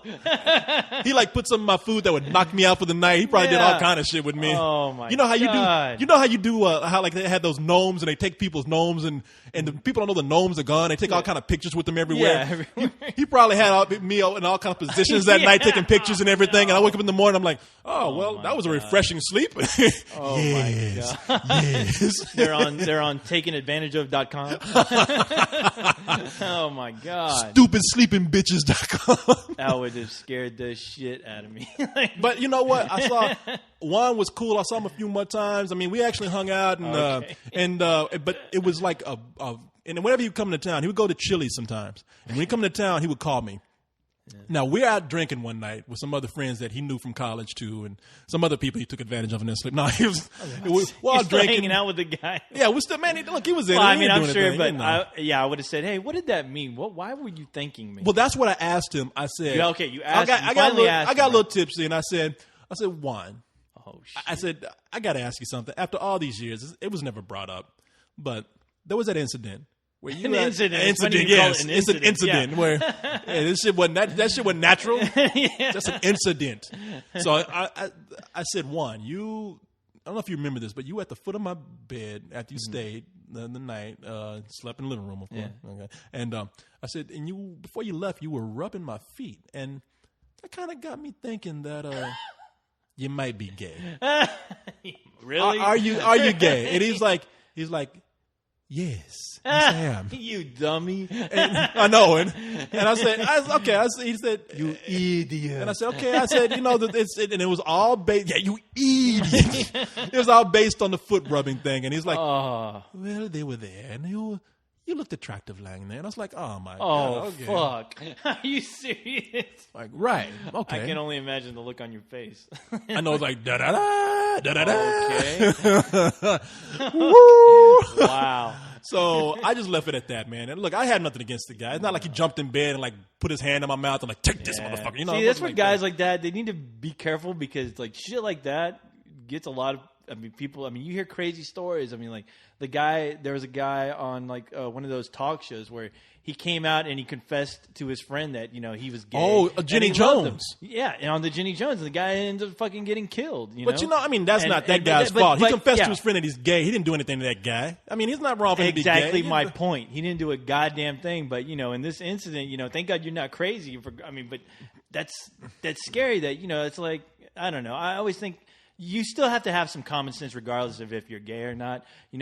I don't just go touch my girlfriend's feet or whatever. It's somebody who I'm just friends with, have nothing real. Start to massage her feet and thinking, I I just felt like massaging your feet because you look so sexy hanging out there. And, that's kind of No, it's weird. weird. It is it's weird. Yeah. No, I know, and and I have to admit, I mean, I took it well because let's face it. What are you gonna do? I mean, honestly, look, what can you do? First of all, I'm thinking the guy. I'm bigger than he is. If anything happened, I could easily get up and just beat the shit out of him if I wanted to. I mean, that's the furthest thing I'm thinking though. Right. I'm not thinking that. Right. The other thing I'm sitting there thinking like, okay, he's rubbing my feet, but when he left, I was like, okay, I really, and this is one of those first times I said I really know what it's like to have girls be in that situation. Because something like that happened to me. Oh, yeah, it's awkward, yeah. I mean, something like that happened to me when I was 16, and I said then, I was like, that was a weird situation, and I know what it's like for girls to be caught up in incidents like this, where you just don't know what to do.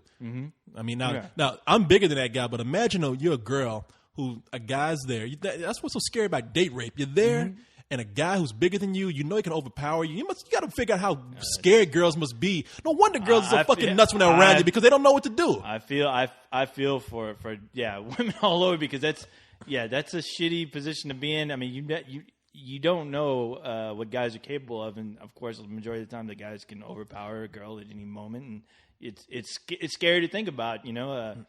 Being in a situation like that where you could easily get taken advantage of because it happens all the goddamn time. It happens all the time, yeah. And I'm just thinking, I mean, I really do realize now. I mean, I realized this early on. Like I said, I realized when I was 16, but you need a reminder. And I mean, I've had several. I remember, I won't even go into this detail with this, but I remember hanging around a guy for a long time. He saw me hanging around with girls, and I don't know what got into his mind. I mean, he just predicted that I'm going to make his ass want me. There's something he's not in touch with him being gay, and he's because one night we were hanging out, and he just said, "Hey man, dude, you're like a target." I know, it really is. It's weird. It's that night. I'm not gonna even say the name of this guy, but all I remember is that everybody said he had the cleanest socks, and everybody said you could tell by his socks. I'm like, well, that's crazy, but But anyway. That night, that I was hanging out with that guy, and he started talking in ways where I was like, because I was supposed to meet him at his place, and we were supposed to go hang out. Right. I got to his place. He didn't want to leave. He wanted to stay there, drink.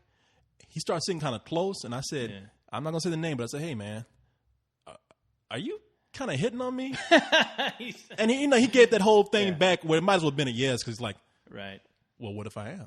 And so it's like, okay, that's a yes. Yeah. All right. And that's a flirty yes. Yeah. Like, so you have your eyebrow cocked and everything, no pun intended. And he's like, yes. And I'm like, no. That's smirking. Well, yeah, what if I am? And I was like, and so I had to tell him, I was like, hey man, look, it's cool. We're still friends. Now, this is awkward because I don't want you. Because in that kind of situation, I think you put yourself in a position where you don't want to seem homophobic. You're just like, okay, you're attracted to me, obviously, but just for your information, I'm not gay. All right. Well, yeah, that's what it was. And you're making me feel uncomfortable. I mean, I've had two situations where one guy that the weird thing is he's an old like Mexican, like another guy with kids who worked at this place. What's with you? Okay, I'm a target. It's only been twice I can say, but this guy fucking like he just turned around, he looked at me, and he gave me like this weird like I want you look, and then he grabbed me. He just said, I'm gonna take this. He grabbed my parts. He just grabbed it real quick, and I pushed. I didn't shove him, but I nudged him back, and I looked at him, and I'm like, dude. I sort of know you. I'm working with you today because I took on a job, and I've been around that guy for. Well, I'll set it up real quick. I've been around this guy for about close to a year, and he had a family and everything. But you could tell there was some like flamboyant, things about him, and you're just like, okay, this probably is one of those another guy who has a family, but he probably hits the gay bars after work. So anyway. But the guy was always bitchy. He was always bitching about everything. And a lot of times he made me laugh just because he bitched so much. And he was funny when he did because he's a short little Mexican guy. But one time he's like, oh, I bet you get all the girls, don't you? Oh, I bet. And I just like, what? Where's all this come from? He's like, I bet the girls love to touch you. And then he just fucking grabbed me. And I pushed him back. And I was like, look, dude, I work with you. I know you. you're putting me in an awkward position because honestly, I don't want to end up beating the shit out of you because, that's fucked up what you did. You don't do that to anyone, I wouldn't do that to a girl. That's just fucked up. You're asking for trouble. That's the kind of shit where girls will cry sexual harassment at work and you get your ass But the fired. thing is like, I don't know if he was fucked up. I couldn't tell if he was fucked up, drunk, or what. He looked kind of out of it. Probably. So, I mean, I was like, look, I told him, look, dude, just don't ever do that again, or I will get your ass in trouble. And I know you got a family and everything. Because I told him, I was like, I know you got little kids. I know you got a wife. And I don't want the shit to hit the fan because you're doing something stupid. So next time, don't ever touch people like that ever again, and just stay away from me today, okay? Damn, because you've already crossed the line that I don't let anybody touch. I don't let girls touch me unless I want them to. Yeah, and, I got my boundaries, and I just told them, like, just get your fucking ass back to work. Don't look at me, just work. And I went on with my day, but it was. And you're like, good day. It felt it. I mean, you feel fucking violated, and you're like, hey, what the fuck? Yeah, that's how girls cool. feel, man. Yeah, exactly. And I'm like, wow, I mean, I can only imagine, but yeah, you know how it is. I mean, a lot of guys. I think every guy should have a situation like that. Oh, because then you would know how it feels for a woman to feel that way. Yeah, it's true. And like the second time was actually it was the same. Okay, it was the same guy who let me borrow. It was the guy who let me borrow the tape because he had a Godzilla versus the Queen Latifah. new bodybuilding. I called him Queen Latifah. The thing is, like, he used to like to tell me. I used to laugh because he used to love telling me about his problems with his boyfriend. He would unload sometimes, and he was a funny guy, so I let him just talk and I listened. And I try to treat it like a normal situation. Like whenever he told me about a situation, I try to put it in the same mindset as if your friend was telling you about he was having problems with his girlfriend. So I'm like, I'll listen. I'll if he wants some advice, I'll tell him what to do. And I was like, that sucks, dude. Just like maybe you guys just need some time apart from each other. It sounds like you guys need a break. And he's like, thanks, co-host. You know what, co-host? You're just a great guy and everything. It's like, if you were ever curious about having your parts sucked on, I'll do that. And I stopped for a second, and he was being really, the creepy thing was he was being really nice about it. Like, he's like, if you're ever curious or anything, I was like, have I ever given you any kind of idea? And I just kind of looked at him, and I was like, okay, I'm going to tell you right now, dude, that's kind of messed up what you just told me, only because I fucking love women, all right? And the thing hey, is, man, come on. He didn't know. He had to ask. No. I kind of said it like, I was just like, look, I'm into chicks, dude, but that's kind of weird you telling me that because I'm nowhere near remotely Maybe he gay. meant it as a joke. But no, he was serious. He was giving me like lovey-dovey eyes, and I was like, look, dude, I don't know what you're going on right now with your boyfriend, but this is not a way to resolve it. It's like, I guess thanks for thinking that I'm attractive enough that you want to do that to me, but that's very weird. I consider you a friend, and you talking about I'm a target, and you're a guy, and I'm your friend, but I would never tell a friend of mine, even a girl, hey, you mind if you ever want your tits sucked on, Well, see, now that's the difference between me and you. I would tell a girl that who was a friend, and I would not do that. So he's like, I apologize, and I told him, hey, dude, don't worry about it. It's just a stupid moment that just happened. Don't freak out about it. I'm still cool with you, but you have to understand where I'm coming from. That's a little odd for me to hear because I'm treating you like you're my friend, but I do feel a little weird right now. Because, you're throwing something at me that I'm just not really comfortable with. I'm letting you know. I'm letting you just know right now. So you let them know. I mean, it's like, sometimes people, they got to put it out there. I know sometimes people get, they let their emotions get the most of my friend Amanda, we're totally friends, platonic. I mean, one time she brought me my keys when I locked because she has a key to my house. Right. We're strictly friends. Right. And then she came in and got the keys to my car and brought it to me, like far away. Mm-hmm. And I thought that was nice. And I said, you know what, Amanda? That's awesome. If you ever want me to have sex with you, just let me know. I'll be happy to do that anytime. I don't know what's happening. Of course. And then she moved away. Yeah. And she, I don't know why my keys were given back to me. You're that guy creeping out all No, I wouldn't do that. I wouldn't do that. I mean, and I know what you mean. It's the same feeling, yeah. Some people handle it differently. I mean, I've been in that situation. That guy, that I was telling you about. Just, I mean, before the night was over with us, he still tried to. I guess see. Sometimes maybe you have to be that forceful. So I'm thinking, because I'm sitting up thinking, well, damn, co-host, you really laid it on kind of thick, but he didn't do it again. No, this guy that I was with, I was kind of, hey man, it's cool. Look, I'm not gay, but we'll hang out. It's all right. We'll just forget it happened. And at the end of the night, we had a little bit to drink, and I was ready. I was ready to leave. Dummy.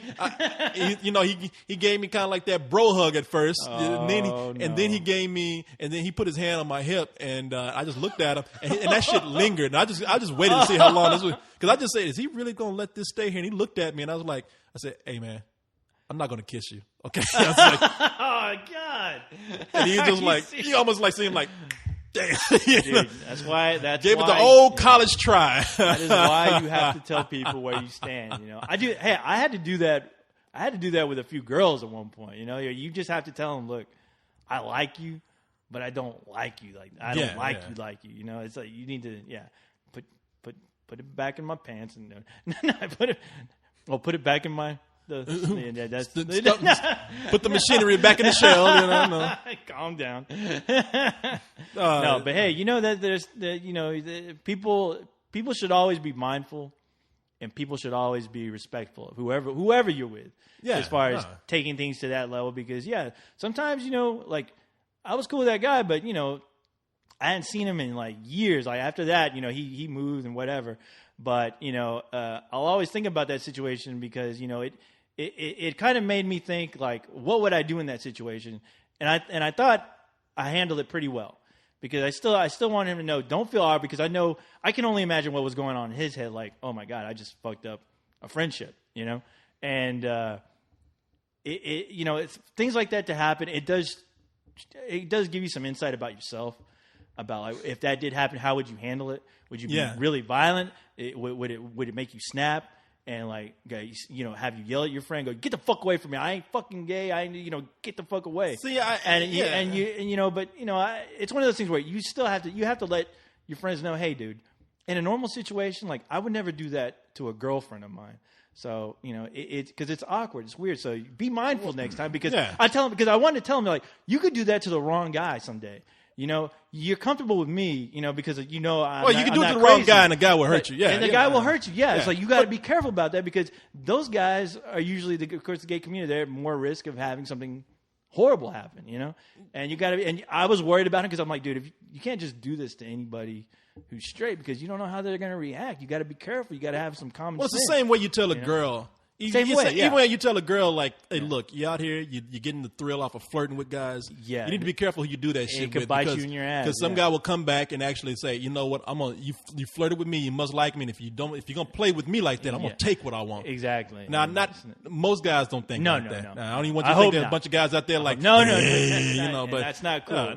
But hey, you should respect people's boundaries, and think before you do something. You see this right here? You see how we just solved some problems, right? You thought we were full of shit before, but we are solving the world's problems. I guess. We have just right now decreased the chances of rape among men and women, gay, straight, all that kind of. We worked out relationship problems with people. Right. That's what we have. I taught people how to be more tolerant of gay people right now.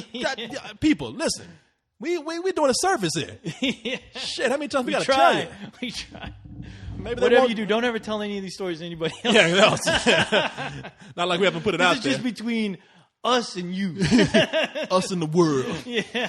Me against the world. No. Man. Anyway. Man, I want to ask you something. Yeah. And now we talked about bringing up the Kids' Choice Awards. Like I really care. And I don't. No, look, I could give a shit less about the Kids' Choice Awards. But I'm looking at this, and let me see here. Let me bring up the story here.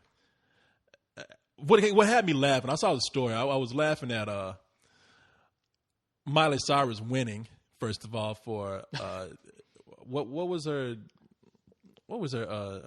thing for best arrogant bitch on the planet, most annoying hoe on the planet.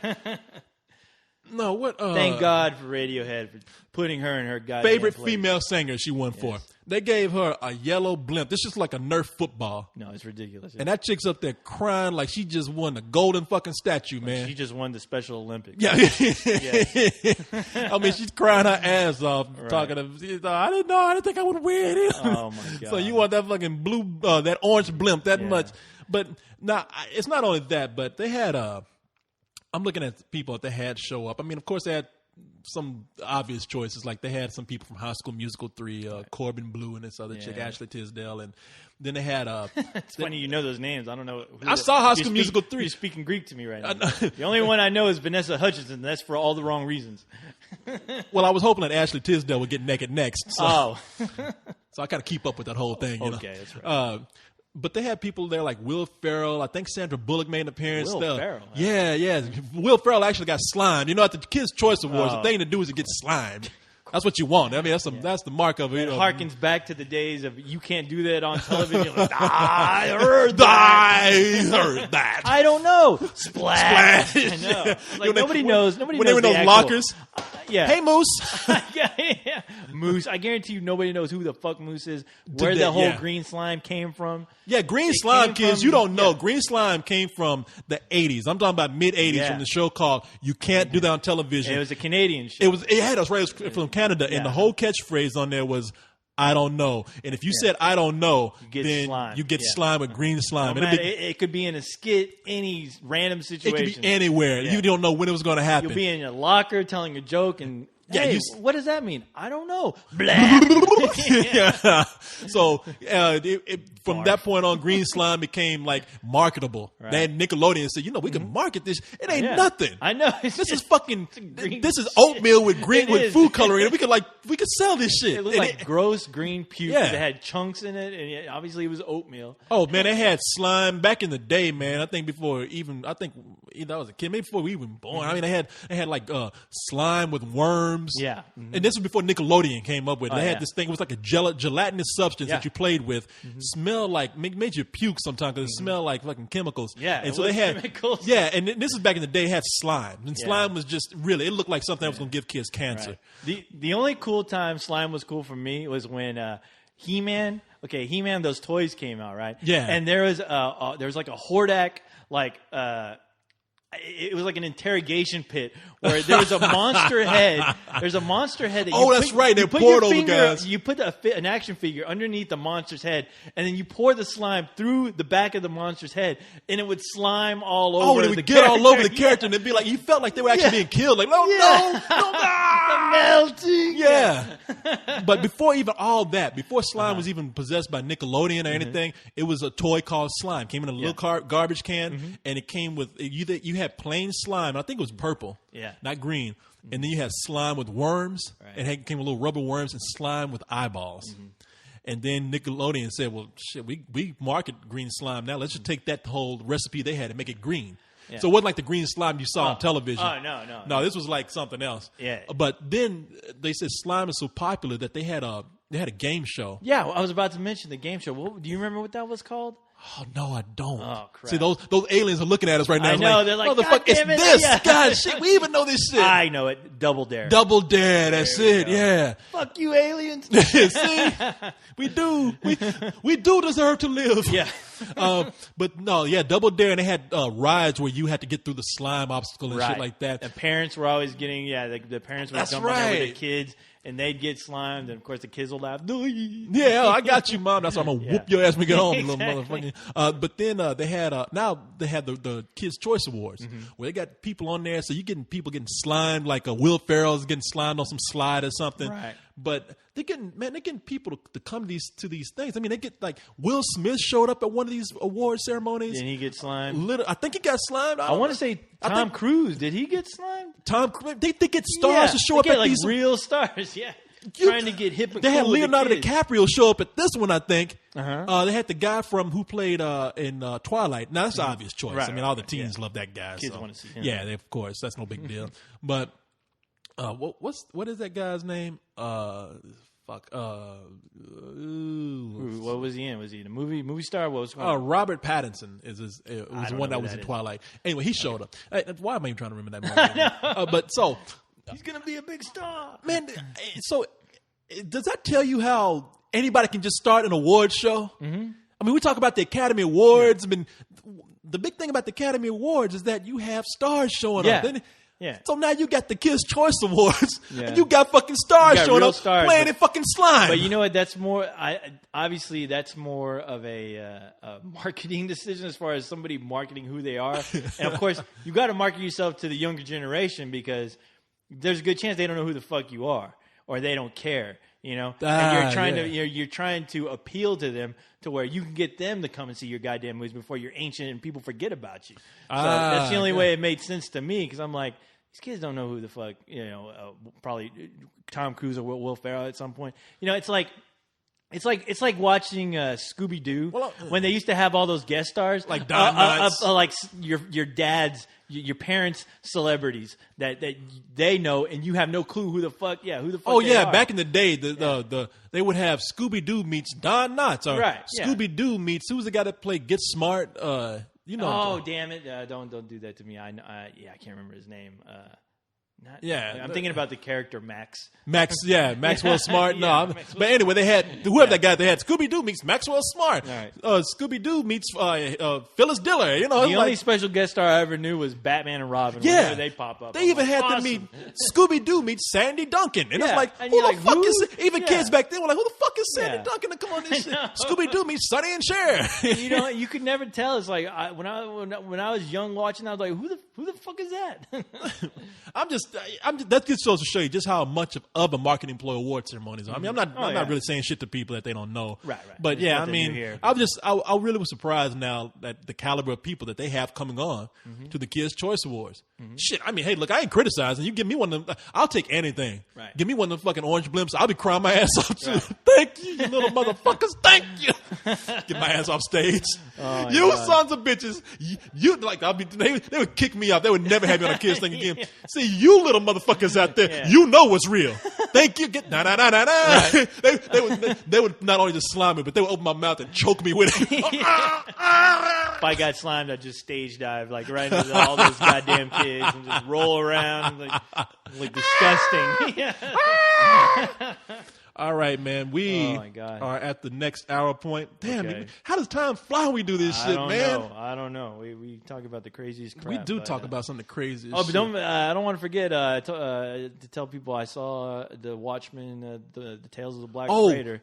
Yeah. Let's tell you what. Let's do what you got to do. Let's read that. Yes. And then let's do some email. All right. Not read that. Let's talk about that. We'll talk about that. Read some email. And then boom. Then that'll be it. End of the show. All right. All right, we're going to jump right into it. By the way, we're back. We are back. Yes, and because we gotta get some email. And Carlisle's going to be here in a little while. But so you saw Tales from the Black Freighter. I did, and I'll make it real quick. The animated portion of the Black Freighter, it was fun. It was fun to watch.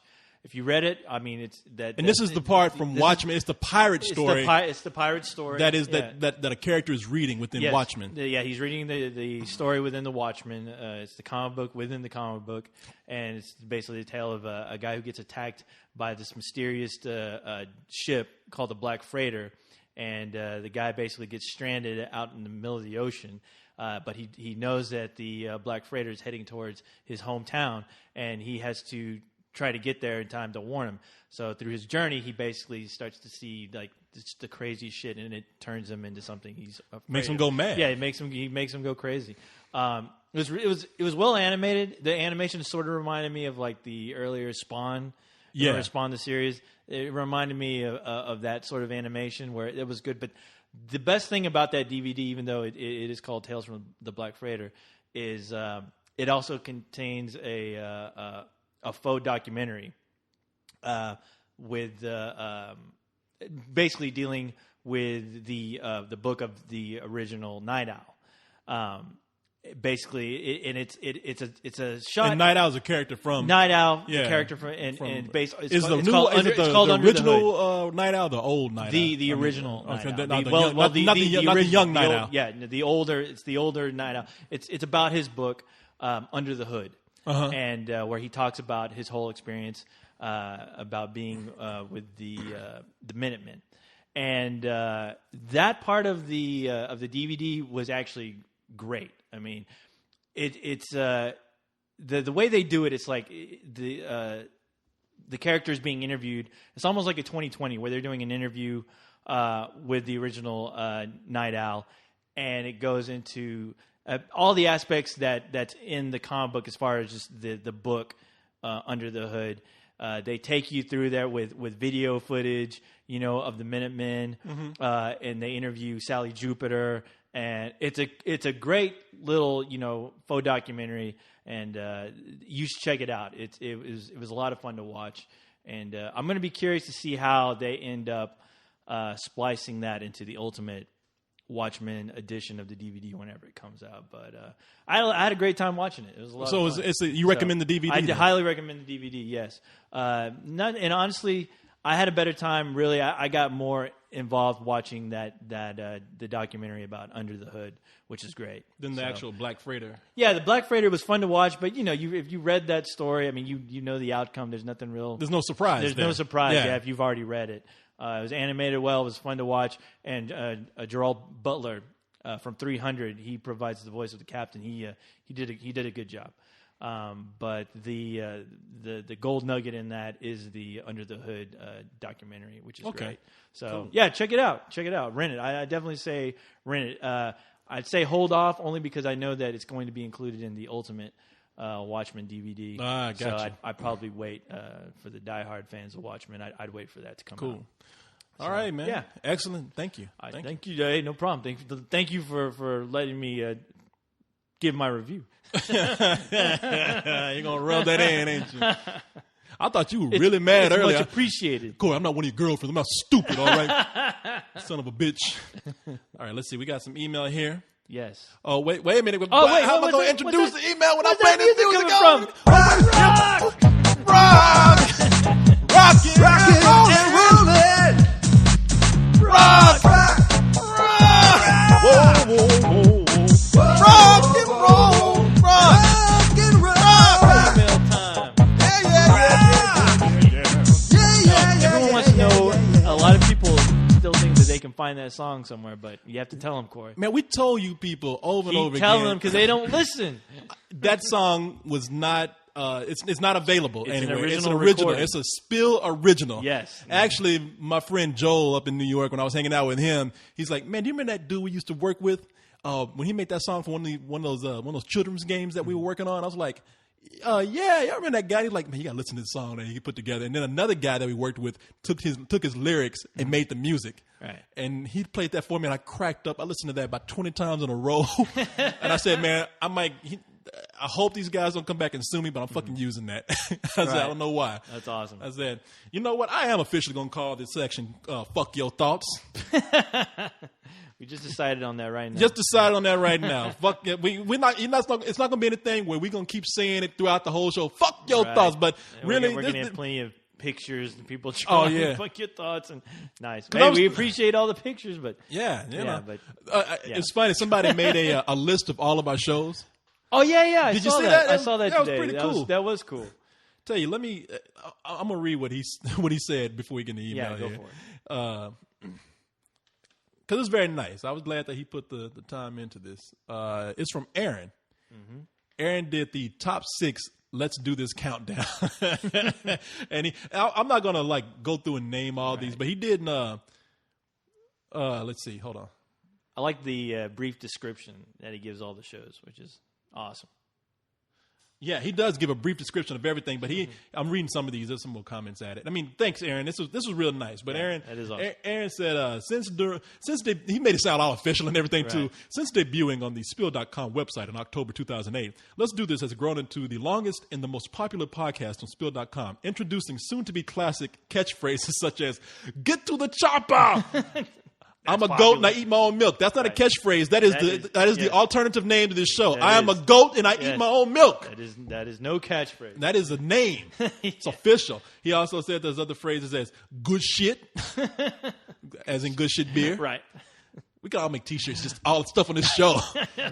Mac rib, chomp. Retard. Yeah. We'll probably get sued for that one, but that one we can't really do anything with. And of course, fuck your thoughts. Exactly. So, there you go. Nice. Well, cool. That's awesome. He did that. Yeah. So put a lot of work into that. I will say the official name of this email section is "Fuck Your Thoughts" because really, when you get down to it, we can care less what the fuck you thinking. So we just do this because. Well, I pulled one email out only because I've been telling this one guy for the past 3 weeks that we were going to try to answer. Oh, you did? Yeah. Okay. So I finally All right. You know what? Get to his question first. Okay, let's do that. Okay.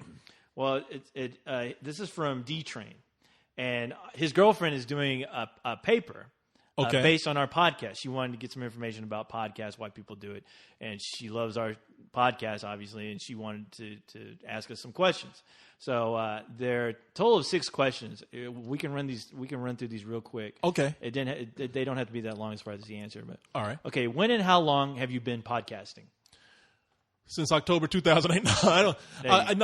I say we've been doing it. How long? Since because you and me and Carlisle were doing this. Let's say over a year. About a year and a half. Okay. Why do you like podcasting?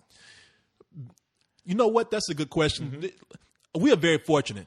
Mm-hmm. We are in a position where we have people listening to what we do, and we say things that anywhere else you would get in trouble. Right.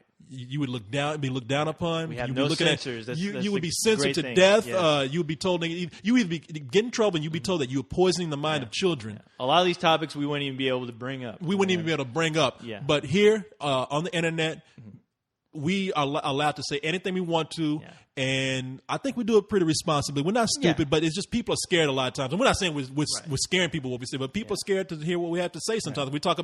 We talk about how we relate to the young crowd naturally without any censoring. We talk about sex like it's. Talk about the gays. We talk about the gays. We do a lot of race jokes, but I think we talk a lot about the blacks. Yeah, we talk about the blacks, but I think that we do it all responsibly. Yeah. But even if we think we do it responsibly, anywhere else we would be censored. Right. That's true.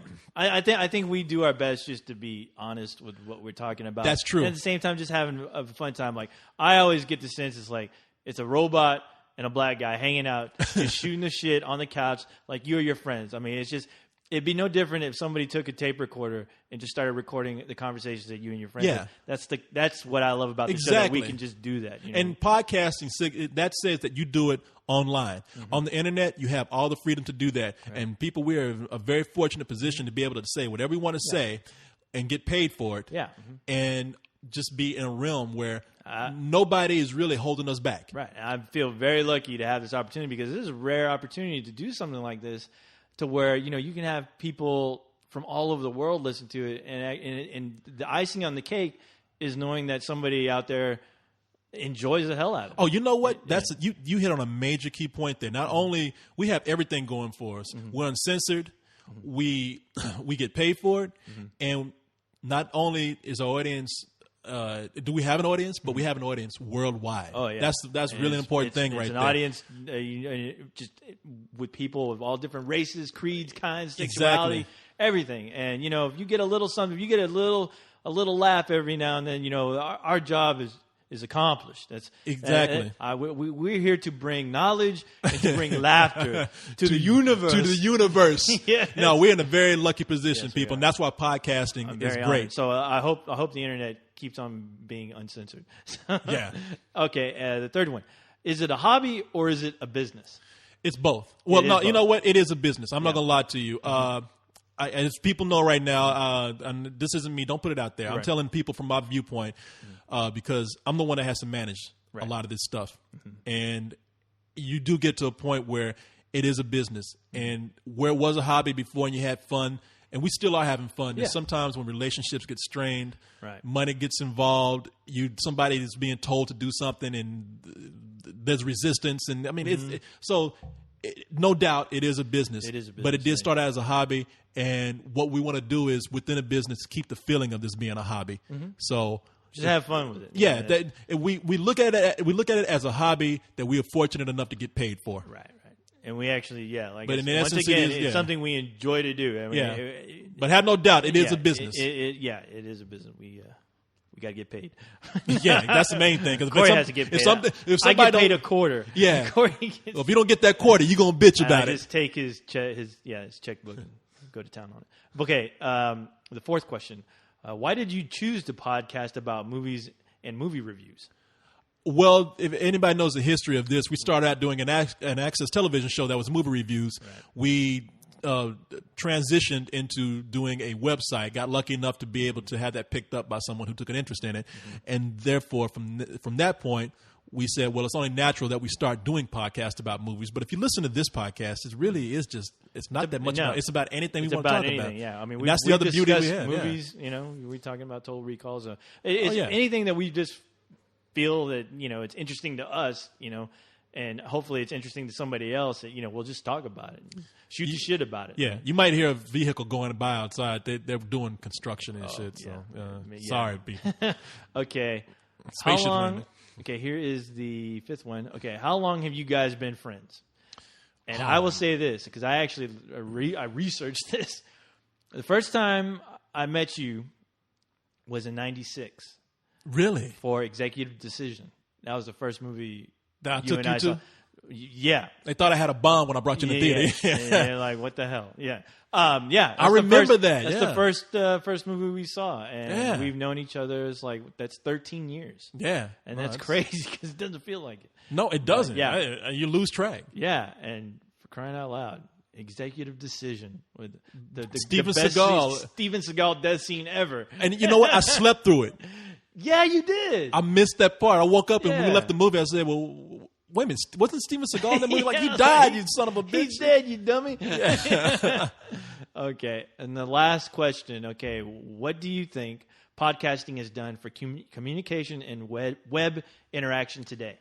It's giving people, it's very simple. It's giving people a voice that they never would have been able to have. Mm-hmm. The beauty of the internet is that it has given people a chance to put their opinions out there, their work out there, and show it to the world. And podcasting is just another level. I mean, before you had people blogging, you had people doing videos, but now you got people who are able to do their own radio broadcast and air that to the world. Well, the cool thing about it, which I really love about it, is it's like the old days of pirate radio, where guys would they're in their basement, just like us. They get their little ham radio, and they're broadcasting over an airwave.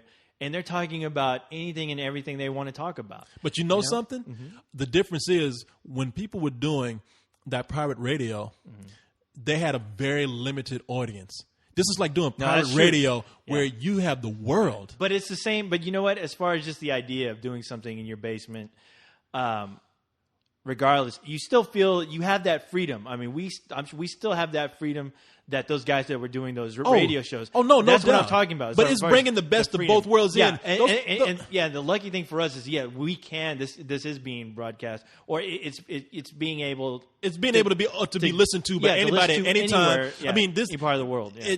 It takes one of the advantages of doing private radio, which is being able to do whatever you want to do, but you're not limited by how many people you can talk to. Pick it up. And two, people don't have to listen at that particular time. Right. People can listen whenever they want to. Yeah, that's true. And it's look. But like I said, what I love about it is the freedom just to talk about anything you want to talk to. And you can do it too. That's the thing. It's not that Anyone hard. Can do it. The technology is there. That is, I can tell you, there's a long time when people would have said radio, animation, filmmaking, all this stuff you would have had to have done through an apprenticeship, or it would have been super expensive. Right. And now that creative freedom is given to people, and podcast is just a big representation of that. These kids today, these damn kids today, I tell you, they got it so goddamn lucky. Yeah, as far as just the technology of what's being provided, in order for you to do stuff like this. I mean, that goes with video too. I mean, for crying out loud, YouTube. I mean, shit. Yeah, no, it's insane what kids are doing right now. Okay, here's a question. But yeah, that was the last one. Oh, was that the last one? D-Train, yeah, your questions were answered for your girlfriend, so I hope she gets tell her shut up. All right, we got a question here from Chris Cross.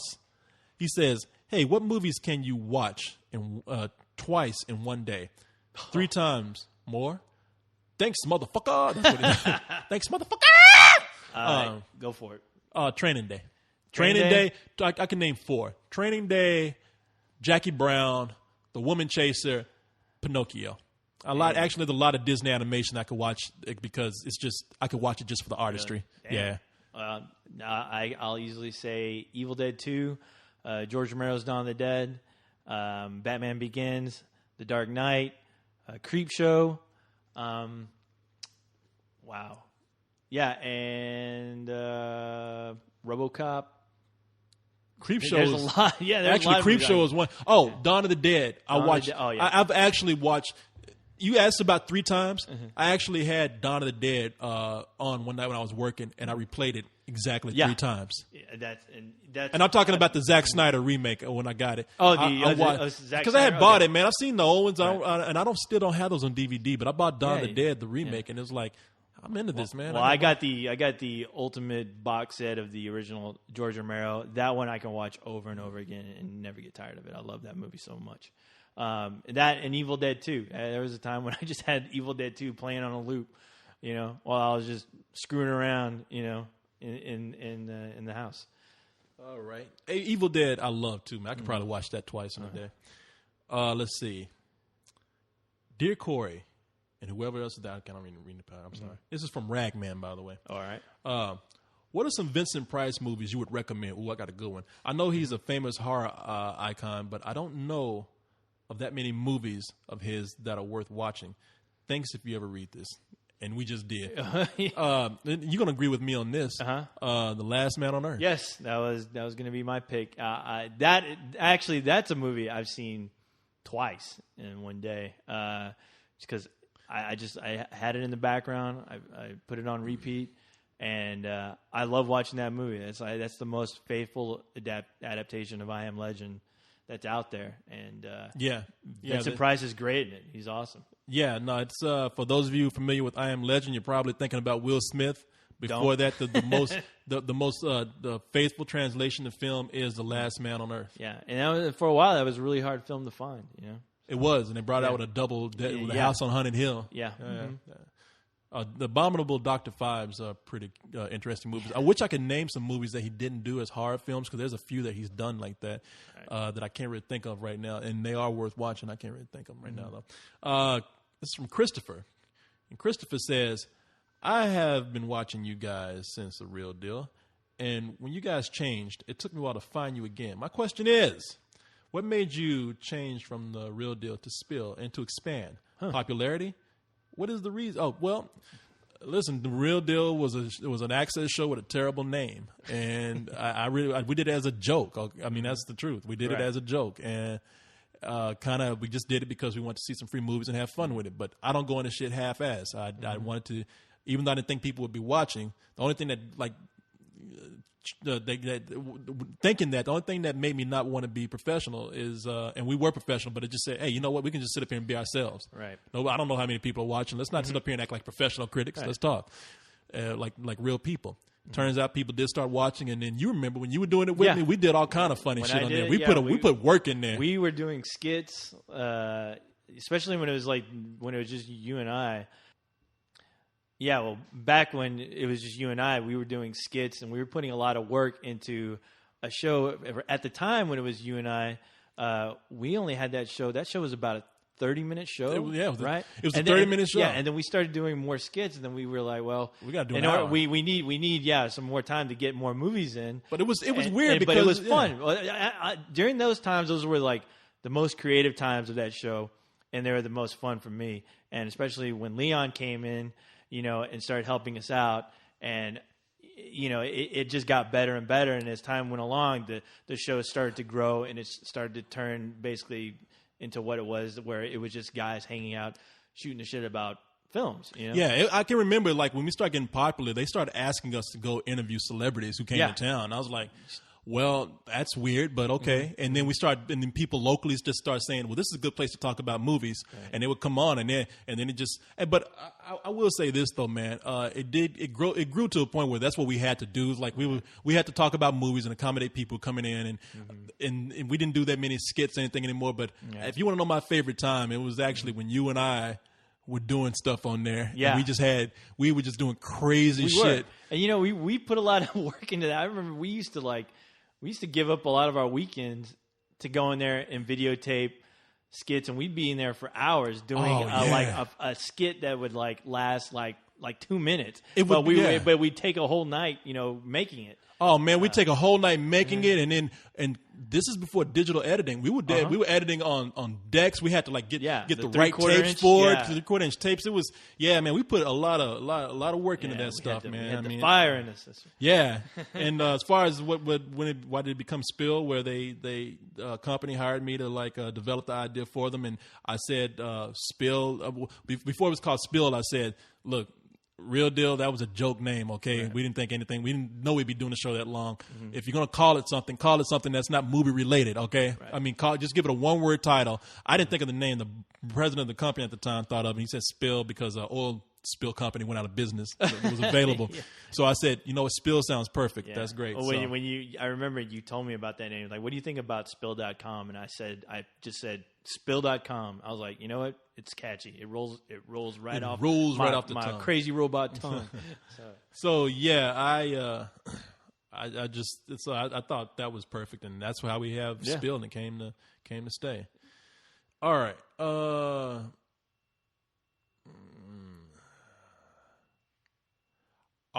This is from Shadow626. I wanted to know your thoughts on Hollywood turning to making adaptations of anime and manga. Listen, I will say this. He wrote a whole long thing there. We don't need. That's a very straightforward question. Yeah. Listen, it's just like with an adaptation of anything else. Anything else, yeah. Do it well or don't do it. Right. And only change what you really, really have to change. I saw Street Fighter, the Legend of Chun-Li, and that they didn't even give a shit about any of their source material. And it was sad. You can tell by looking at that trailer. Yeah, that was. They were marketing the name. The name alone was going to draw people in, and that's all they had going. And that's all they cared about. Yeah. And it's really something. If you do a book, a comic book, a novel, a remake, anything. Just be as respectful of the source material as you can. Yeah. And try to make a good movie, because chances are, if you're making something just for a buck to cash in on something, it's going to be shitty, because you don't give a shit about movie making. You don't give a shit about the property that you're making it on. And you like to think that people would automatically think that whenever they get involved with the project, but a majority of the time it's just studio with the rights of a popular name that they know is going to sell, and they can give a shit less. They'll just hire on a hack director, get a cast, make a film, and make a few bucks, and they could care less. So, just goes for that Street Fighter film. Yeah, I won't even get into what they could have done with Street Fighter, except like I said, they made an average action film that made it reference the Street Fighter game. Yeah. Maybe twice, and they had a character in there who got dressed up like one of the characters from the game for 5 minutes. And then they had some other characters in there with the same name, but they didn't. I'm going to be interested to see what they do with that Blood the Last Vampire. I saw a trailer. It looks interesting. Does it? Yeah, it does, even though that the anime that's from, it's really short.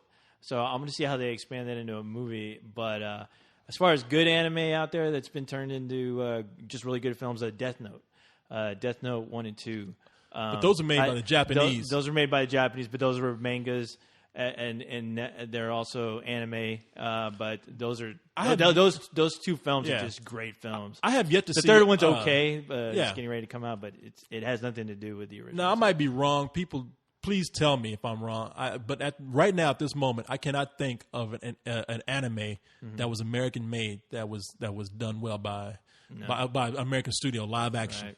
I just can't think of anything right now. And if it's out there, let me know. I'll Silent. Oh well, that's a video game. As far as an anime goes, The Guyver. No, that's MacGyver. Okay, so we have a question here from Movie Man.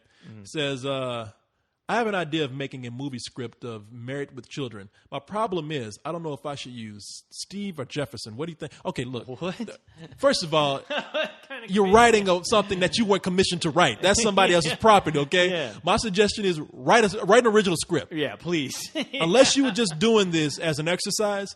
Or trying to be funny. Or I don't know. Yeah, are you just joking around? Don't waste your time. No, don't waste your time, man. Write something original. Because even if it is an exercise, you might say, when it's done, you might be like, "Damn, that's pretty good." Mm-hmm. And so when you write this Married with Children script, you know what they're going to tell you? They're going to tell you, "No, you can't do anything with it." So you just wrote that shit for nothing. That's like your old roommate Raymond when he wrote that script dealing Boba with Fett Boba versus Fett Darth meaning, Vader. Yeah, Boba Fett meaning the Emperor. Oh my god. Okay, we have a question here from The Fallen Failure. Oh boy. Yet again, the same question. So we must not have answered this guy's question before. Okay. Disney's new 2D movie that seems based on the story of the Frog Prince, from what I've seen. Oh, I'm sorry. Wait, didn't we read this? No, let me see. Okay. With Disney's new 2D movie that seems based on the story of the Frog Prince, from what I've seen, I have to ask this question. If that movie is successful and actually well received, do you think Disney 2D movies will have another wave? Or have they run out of decent novels to base fairy tales on? I swear, I think we've answered this. I think we've answered this before last week, man. Last week? No, we didn't. We didn't. No. I remember specifically about. I could be. You could go for it. I don't remember anything about Frog. Look, I would say this. It's really hard to tell. Right now, it's no doubt that 3D movies are what's making the money. Like Disney, they're going to do whatever makes money. Right. And if this movie makes money, they might take another venture out on a 2D animated film. Mm-hmm. There's a lot of purists that did at Pixar, like an animator, Brad Bird, the one who directed the Incredibles. Yeah. And Iron Giant. Iron Giant is 2D, mind you. He's a big proponent of this whole thing of. No, 2D animation isn't dead. I mean, well, he did with Iron Giant. It wasn't a combination of 2D. Well, the Iron Giant itself was 3D, and it was cell shaded to look like a 2D to fit with that style, that 2D style. But if look, it comes down to this: there's a lot of people who your television is dominated by 2D. In fact, it's so 2D that people are using Flash to make a lot of TV shows. Now, while that doesn't really work theatrically, there are a lot of people who are saying, like Brad Bird, 2D is not dead theatrically. It is something that we want to continue to do, and we love the look of it. And so, if this is successful, then they could be able to back another 2D movie, and if that's successful, then you have another wave, and you know it'll go into they don't make money anymore. Right now, with the look of 3D. I tell you that is more appealing to audiences right now. Yeah. Plus, you can do things with 3D, such as you can do actual wear the 3D glasses and get those kind of effects. So 3D I think has the upper hand here, but 2D I think it'll be something as a nostalgic thing that if it's successful, every now and then you'll get a 2D animated movie. I think it could also serve the purpose of the story, depending on the subject matter of the animation. Where I think you still if they ever did another heavy metal. Film. I'd actually like to see it in 2D rather than 3D. You know what? You're so right about that. There's some things look better. You know what? I didn't even think about that. That's a really good answer, man. That it also depends on whether it deserves the look of it. Well, the same thing like the Black Freighter. I mean that. There's no need to make that 3D. There's no need for it. Yeah. Because you know something? I think some of your more adult theme animations. They'd work better having a comic, like a graphic novel look to them, which will be achieved only through 2D animation. Yeah. So I mean, you're definitely right about that. Okay, let's see. We'll read a couple more here, and then we'll be done. Finito. This is from Pat Ghostal. Sounds like an insurance salesman. What's he have to say? Oh, well, this is a question for Carlisle. He's asking him because he already knows the history of the real deal, so he wants to know. More history. I know, more history of the real really, deal. Really, it's that interesting. Wow. Yeah. I'm bored of our history. I know. Oh, I got to answer this one from the deadly Dr. J. Goat drinking motherfuckers, you better answer this question. Jesus Christ. At least he's creative with his words. Oh, wait a minute. Somebody said, you better talk about this trailer Brock made for Spill or this commercial he made, or this commercial he made that I wrote. What? I haven't seen it, but I'll go watch it. I haven't seen it. Yeah, I haven't. I'll watch it, and then we'll talk about it next week. They did send me a trailer with different members being presented in the trailer. It was like Did you watch it? Yeah. How was it? It was fun to watch. I mean, okay. Yeah. All right. Well, I'll watch it, and we'll talk about it. I'm sorry. I mean, it's no Terminator trailer, but it's fun to watch. All right.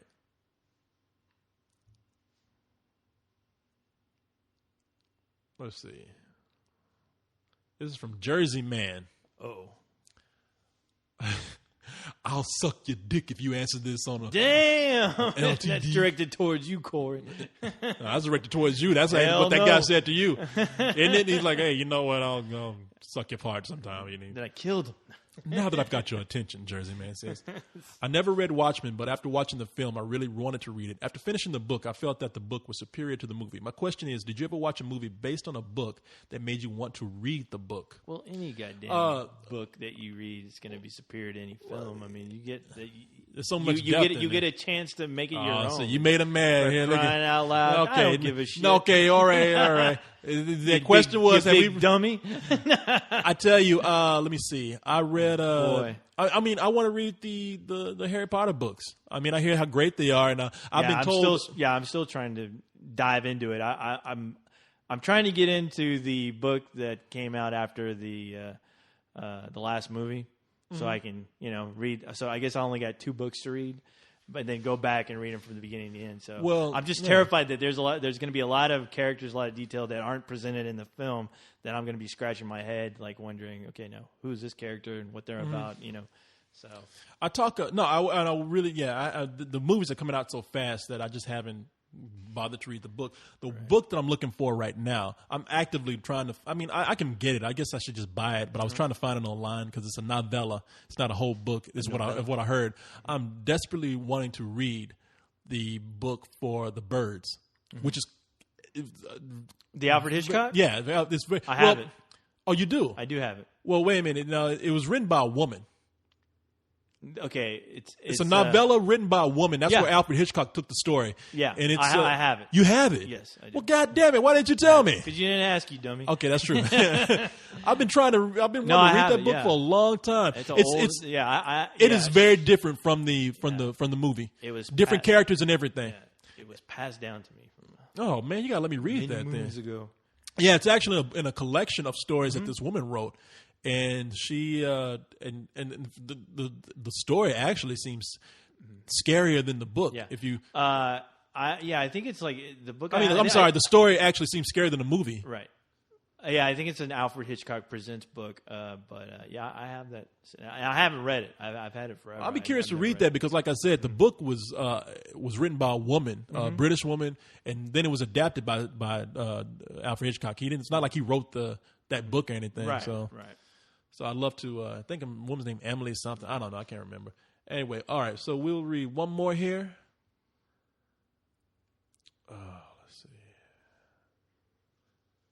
All right. Maybe we went through all the stuff that we could read. That was the last good email. Yeah. All right. Maybe you know this. This is a good one. Mm-hmm. I was just wondering what you guys think of Terminator Salvation's changed ending. What you thought of the original ending, and do you feel safer knowing that John Nolan is writing the rest of the new Terminator trilogy? I guess we can't answer that because I don't know. I'll say this for Carlisle to answer because I don't. Wait, as far as changing, how do we know what they've changed if we haven't seen the film? Obviously, I don't know. That makes no sense. Let them. Okay. Let's see if we can. Trying to find a good one. All right, here's the last one. This guy really asked for this to be read. Please read this message for Let's Do This. I'm a go eat my own milk, aka fuck your thoughts. Fuck your thoughts, man. That's the name of the email show. Yeah, exactly. You got all mixed up. Too many catchphrases here. This is from I'm Lily Ricky. I'm okay. You got the crazy name here. Lily Rice Eater. Lily Rice Eater. Okay. Oh, okay. I'm going to keep this short. I am a Pixar fan, but do you think DreamWorks will ever go to a Pixar level movie? Thanks for the entertainment. You kick ass. So, no. No, there you go. Hey, man, look, never say never. Right now, I think one of the things that is successful for DreamWorks and something that they think probably separates them from Pixar is that their movies are a little more edgy, saying that they put more pop culture references in there, and they really do concentrate on comedy more than anything. Right. But at some point, they might say, we have ambitions to make something a little more serious, something that doesn't require all these pop culture references. And, you never know. I mean, DreamWorks, they work with different talents. And so these people come in and they'll be like, hey, we'll want to do something different. What Corey said. Yeah. Yeah, exactly. Ditto. Ditto. So that's it, man. That's it. It's over. That's it. It is all over. right. Carlisle just walked in. Yes. It's done. He's standing back there looking like a goddamn assassin or something. Yeah. So, You're not paying me to talk on this. okay. I know. Hey, look at that. Thanks for the free work. Get the hell off my mic. All right, that's it. All right. Corey? Yes? Make sure you don't got any guys like saying thank you. Hey. And waking up with your pants down. Hey. Getting a foot massage. If it happened already, it ain't killed me. It only made me stronger. All right, y'all. Good night. Get to the chopper! Get to the chopper! Get to the chopper!